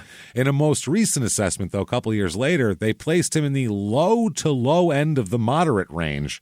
Of safety? Of safety, of risk of raping people more and killing them. What are we talking about? In a 2015 sex offender assessment, he denied sadomasochism, which is enjoying violent sex, and having a preoccupation with pornography. You separated a woman's breastplate. While you tried to rape them. That's strangle insane. them. Yeah, that's how quickly your sexual shit escalated, Right. you know? 2018, he had completed various anger management and sex offender programs while in prison, most recently the moderate intensity sex offender program. Moderate intensity sex offender. Do we have a higher one than that? Because that's what I put him in. He did the medium level. He did medium, moderate. 2019, he's up for parole. It's been 25, babe. Okay. Been a quarter. Let's do this. While in prison, he's made some progress in terms of how pornography and unhealthy fantasies were linked to his sexual and criminal past, it was stated. His understanding, though, is still in the early stages. He's also diagnosed with paraphilia, sexual sadism, and antisocial personality, among other things, since he's been in prison, I would say. Yep. While he has completed anger management and sex offender programs, the parole board continued to urge him in his rehabilitation. And they said, you've made gains by coming to terms with your unhealthy relationship with pornography, but this insight is relatively new. Your understanding of your deviant sexual thoughts remains in its infancy. Do you have to say infancy with deviant sexual thoughts in the same 2 words away from it? In February 7, 2019, the Correctional Service of Canada ruled that he would present an undue risk to society if released. He must demonstrate appropriate behavior before any transfer to a minimum security institution could even be considered. Sure. Asked by the parole board about being a sexual deviant, he replied, quote, well, I must be. Look what I did. That's all that I can come with. He indicated that he derived no sexual gratification in assaulting his victims. It was just for control, but No. that's got to be That's part of the gratification is the control. Yeah. What are you talking about? Unless part of it should be how into it they are. Yeah. That's what. And if you don't have that, there's something missing. She's not enjoying Something missing. And that doesn't make you excited. That's the one. There it is. You blew it. So his requests for daytime, I'll come in at night, Work parole, furlough or whatever. anything, it's all denied. Can I get out at all? Staying in jail. Diagnosed with sexual deviancies, several of them, sexual sadism, preoccupation with anal intercourse, which he inflicted on all those women, by the way. That's ripping dignity away. It's not enjoyment. Erectile dysfunction at this point, which if only that would have happened to begin with, could have saved us all a lot of trouble. Antisocial personality and narcissistic personality disorder. He said he didn't agree with these diagnoses, the board notes, echoing his 2015 denials of sadomasochism, enjoying of violent sex, and preoccupation with pornography. He seems to be serving out his sentence at the correctional facility in British Columbia. In 2021, the Parole Board of Canada denied day parole and full release parole for him again. They must review offenders with an indeterminate sentence every year. What? Because he's on that offender thing. Yeah. So according to the documents, Snow didn't submit anything in writing to the board and waived his right to a hearing in the review. He just said, fuck it, you're not letting me out. He has been at his current institution since 2013. He did express that he'd like to be released to the community residential facility, participate in volunteer activities, and potentially obtain full part-time employment. He's still too young and too able. Fuck you. Out of here. Yeah, no. The parole reports said the Corrections Canada has not supported his request based on his low reintegration potential. Yeah. He's going to be a fucking disaster. Absolutely. What's going on with that octagonal barn? What happened? Real estate fucking buffs out there. Relatives of the Blackburn family recently sold the farm where the last remaining octagonal barn in Caledon is still standing. Okay. Last one in the area. Not in Ontario, but in this area. There used to be a bunch, I guess.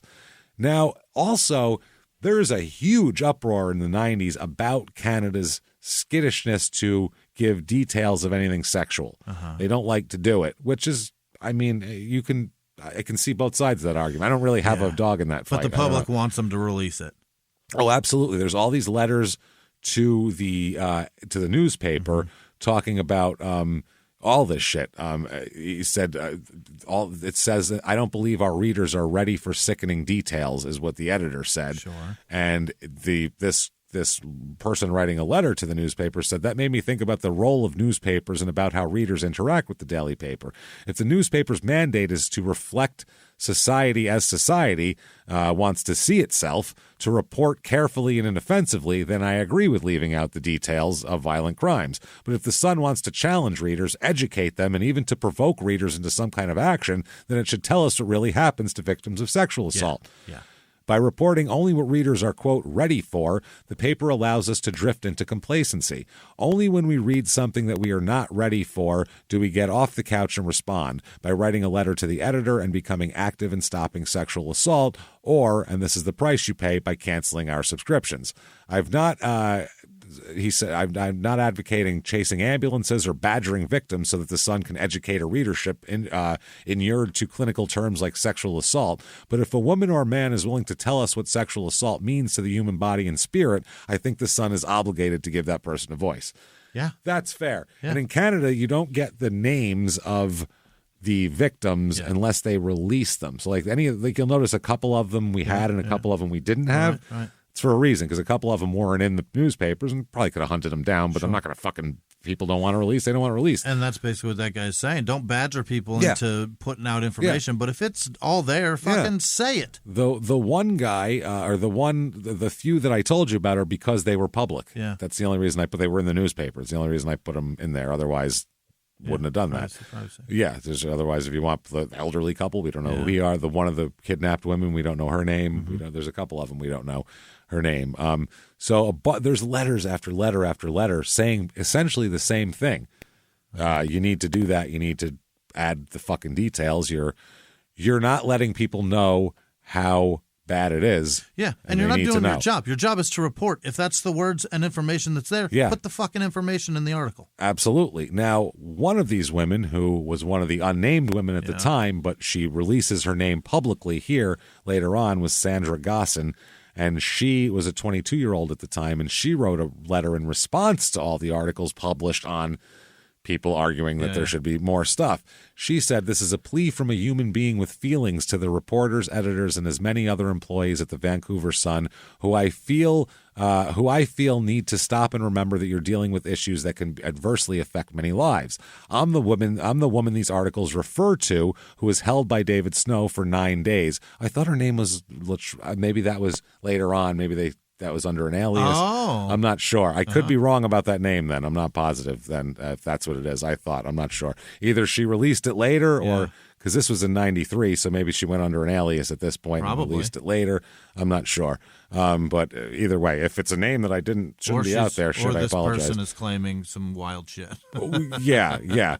She said that I feel there are a few things that need to be said and cleared up on my behalf.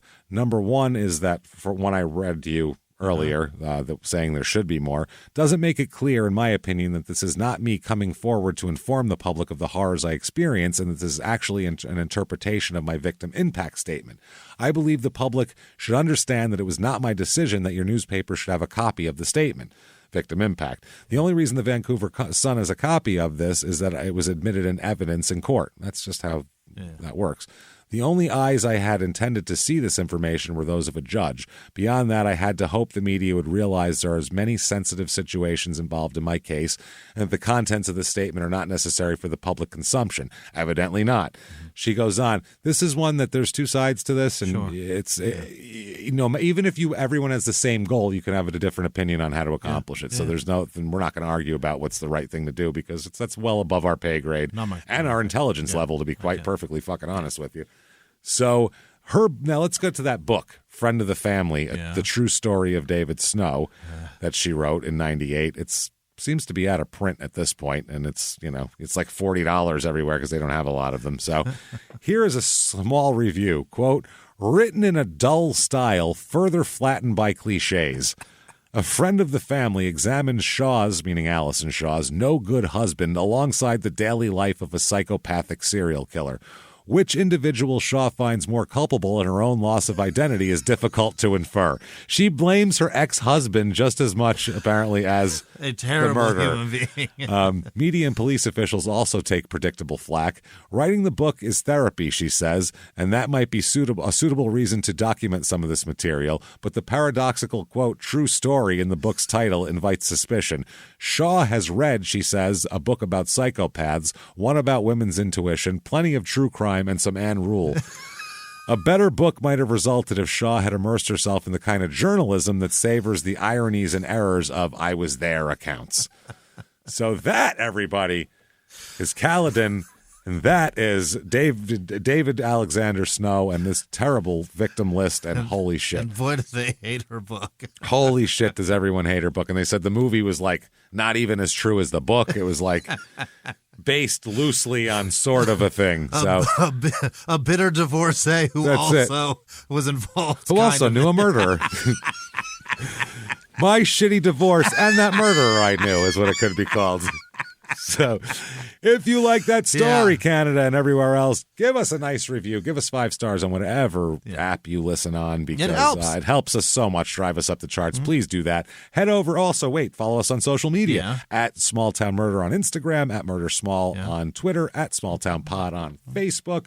Please head over to shutupandgivememurder.com right now. You can still get, if you're listening to this right when it comes out, still get the virtual live show. Right. It happened April 20th, and if it's before April 27th, you can get in there and get it. There it is. Get it. It was amazing. Jimmie was so stoned. It was incredible. It was wild. Should have seen the look on his face. So there's that. Definitely get tickets May 5th in Detroit. Let's go, Detroit. Let's go, Detroit. Fill that bad boy up and show us that you're not dead yet, Detroit. Cross 8 A lot now. of the Come country on thinks you are. Let's tell them that you're not. Because we know it. We go there. It's good shit there. It's lively. So Detroit, then Pittsburgh on May 6th. By the way, those are going to be different shows. Right. So that's not the same show both nights, because some people have asked, I want to drive to both. It's only 4 hours away. Come do it. You're going to see different fucking shows both nights and a different virtual live show for that matter. You'll see 3 damn shows in 2 weeks. Different ones. So do that. Keep coming. And then also August the 12th, Chicago. Yeah. Chicago, fill it up, baby. Milwaukee, come down. Indiana, come over. Yeah. Let's fucking go. Let's make this the biggest show we've ever had, everybody. Boy, do I love Chicago. Fucking love Chicago. Never let us down before. So get in there. That's shutupandgivememurder.com. Also, new merch and everything like that is up. Yeah. Patreon.com/crime and sports. What do you get for what? For $5 or more a month. You get, first of all, the entire back catalog of bonus stuff. It's almost 200 episodes. You'll binge that shit for a while. Then they won't stop either. Every other week, 2 new episodes. 1 crime and sports, 1 small town murder. You get access to it all. All of it for only $5 or more. And for this week, for crime and sports, we're always talking about players and their shitty behaviors. What about the owners? They suck too. Let's talk about owners getting arrested and getting in trouble and having scandals. That'll be fun, because there's a shitload of them. We'll need multiple episodes probably for that. Jim Irsay's a monster. Oh my God, there's so many of them. Right up to Robert Kraft's hand jobs. There's just, and those are just the book. There's so much worse shit that goes on in there. Sure. Then for Small Town Murder, it's that time again. It's about twice a year we do it. Love After Lockup time, which means we're going to talk all about Love After Lockup, the TV show, when people go out with prisoners and then they get out of jail. It's amazing. Even if you don't watch the show, you're going to want to hear this. And if Love After Lockup is coming around, you know what that means. It means very soon after, a couple weeks later, it's going to be prisoner dating game season. So we can't wait. It's really the spring is upon us and things are blooming. Love is blooming, everybody. So get in there. That's patreon.com/crime and sports. April showers means golden showers. It means May golden showers from a prisoner. So do all of that and keep seeing us and coming back. And what you can do also is you can listen up for your name right here, because if you are a patron, you're going to get a shout out where Jimmie mispronounces your name. And I think he's going to do that right now. About fucking now. This week's executive producer are Jordan Bennett, Alec Hawk Frost. Happy birthday, Alec. Clayton Love. Happy birthday. Joel Celerate. Enidza. Needs probably. Ott, Clay, and Clay Thorson's friend Rich. Hang in there, Rich. Rich, not Critch. Critch. It's Clay's friend Rich. Rich, it's a tough life. If you know anyone named Critch, also tell them also. Yeah, you're a tough teamster. Hang in. Other producers this week are Liz Vasquez, Andre and Charlie Moldova, Big Ragusa, Carmine Ragusa's wife, husband. Some 90 Day Fiance references there before. And Carmine's wife. I think that's what it is. I don't know. Rabbi Shmolovich's new mustache, Haystacks Calhoun, Ashley Dick. Wrestlers. At the United States Postal Service. Thank you, Ashley. Well, thank you. Liz Hayden and her friend Jerry. Happy birthday, Jerry. Happy birthday, Janice Jerry. Hill, Shepard Bassett, Larry Burst, Marianne with no last name, Mallory Konofsky, Haley McHell, Ted Van Poppel, Mackenzie Garreau, Lucy, nope, that's Susie. Bastille, Jamie Boner, yep, or Bonner, probably Bonner, I don't know. Mary Smith, M.S. Yarborough, Anna Jantz maybe, William Bruni Jr., Bobby with no last name, Christy Festermacher, Becca with no last name, Jacob Desrockers, and Kit Shaw, and Keat maybe, on Keat probably, Amanda Oborski, oh boy, Michael Maynard, Lori Bauer, and Andrew Jones, Marianne with no last name. Isn't that Chipper Jones' name, Andrew Jones? I think so. No, it's Wasn't Larry. Chipper Jones' name is Larry? I believe he's Larry. Andrew Jones was the center fielder they had. That's right. Back You're in right. Those 90s. Andrew Hansen, Sherry Whitgraham maybe, Ryan Dean, Shannon Jameson, Luis Castro, Nicole Brianna, Caitlin Fritzinger, Tilda Preble, Bronston Brown, Jessica Hallmark, Cheyenne Reed, Micah with no last name, Confusing Shit, Grace with no last name, Sheila Torres, Lexi with no last name, Dr. Love Muscle, and his cat, Mr. Buttons, Julie O'Neill, Rebecca Lague. What? I think I spelled that wrong. Jillian Nussline.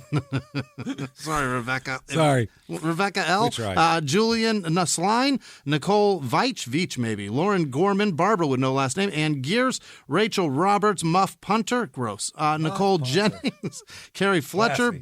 Bucket of Wriggling Peckers. TJ S. Scren. Megan Campbell. Demon Juice. Elizabeth Thrower. Brandy Hunter. Marissa Heacock. Andrew with no last name. Kenny Coondog? What? Rebecca Simpson, Dana LaShawn Gleason, Juliana Taylor, Corey Forsman, Miles Hollywood, Neurodivergent Hippie, Victoria Gray Bross, Chelsea with no last name, Kate Gray, Joe Galante, Jessica with no last name, Caitlin Scott, Nicole Dubé, maybe Doobie, Jay 40, Freight. Sorry, Jay. Jonathan Tippett, Leah Kaufman, Travis Hembry, Joanna Slattery, A. Rivera, Snoop Warg, Crystal Cooper, Carla Evans, Harvey Elder, Christy Mitchell, Magna Trzaski, H.S., no name, just H and an S. Micah Farmer, yeah. Pat McGroin, Pat McGroin.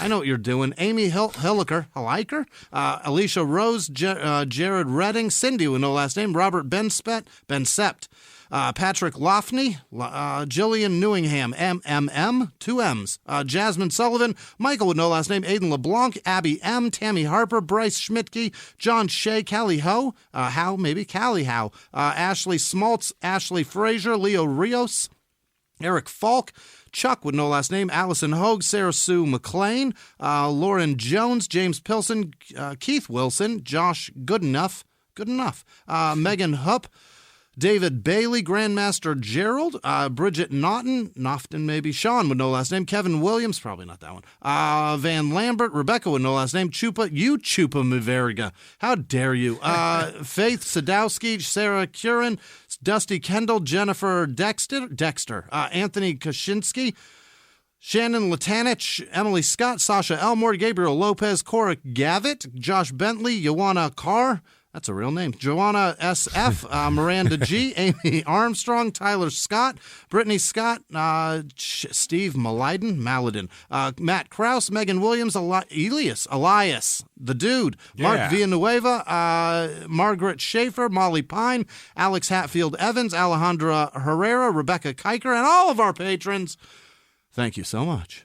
Thank you, everybody, so much. You crazy, crazy bastards. We appreciate you more than you can possibly imagine. So thanks for hanging with us. Thanks for doing everything for us.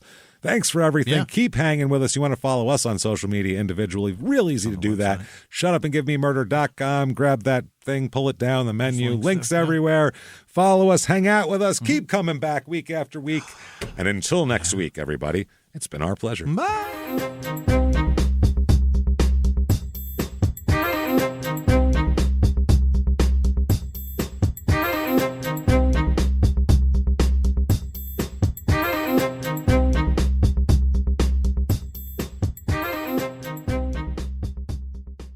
If you like Small Town Murder, you can listen early and ad-free now by joining Wondery Plus in the Wondery app or on Apple Podcasts. Prime members can listen early and ad-free on Amazon Music. Before you go, tell us about yourself by filling out a short survey at Wondery.com/survey. In the 1980s, a rosé swept the country. Hey, Mike, I really like this White Zinfandel. Well, good. Now put it down. We're going to try another one. White Zin became America's top-selling wine. But most don't know that this sweet drink has a sour history. What began in 1986 with counterfeit bottles, a big fraud, a multi-million-dollar fraud, sent investigators chasing one of the most powerful families in the business, the Licciardis. But the closer the feds got to them, the more dangerous things became. It's a story of deceit. At the time, I was paranoid. Threats. You touch my kids, I will kill you. And murder. With a .22 caliber bullet to the head. What started with a scheme to mislabel wine spilled into a blood-soaked battle for succession. Welcome to Bloodvines. You can binge listen to Bloodvines exclusively and ad-free on Wondery Plus. Join Wondery Plus in the Wondery app, Apple Podcasts, or Spotify.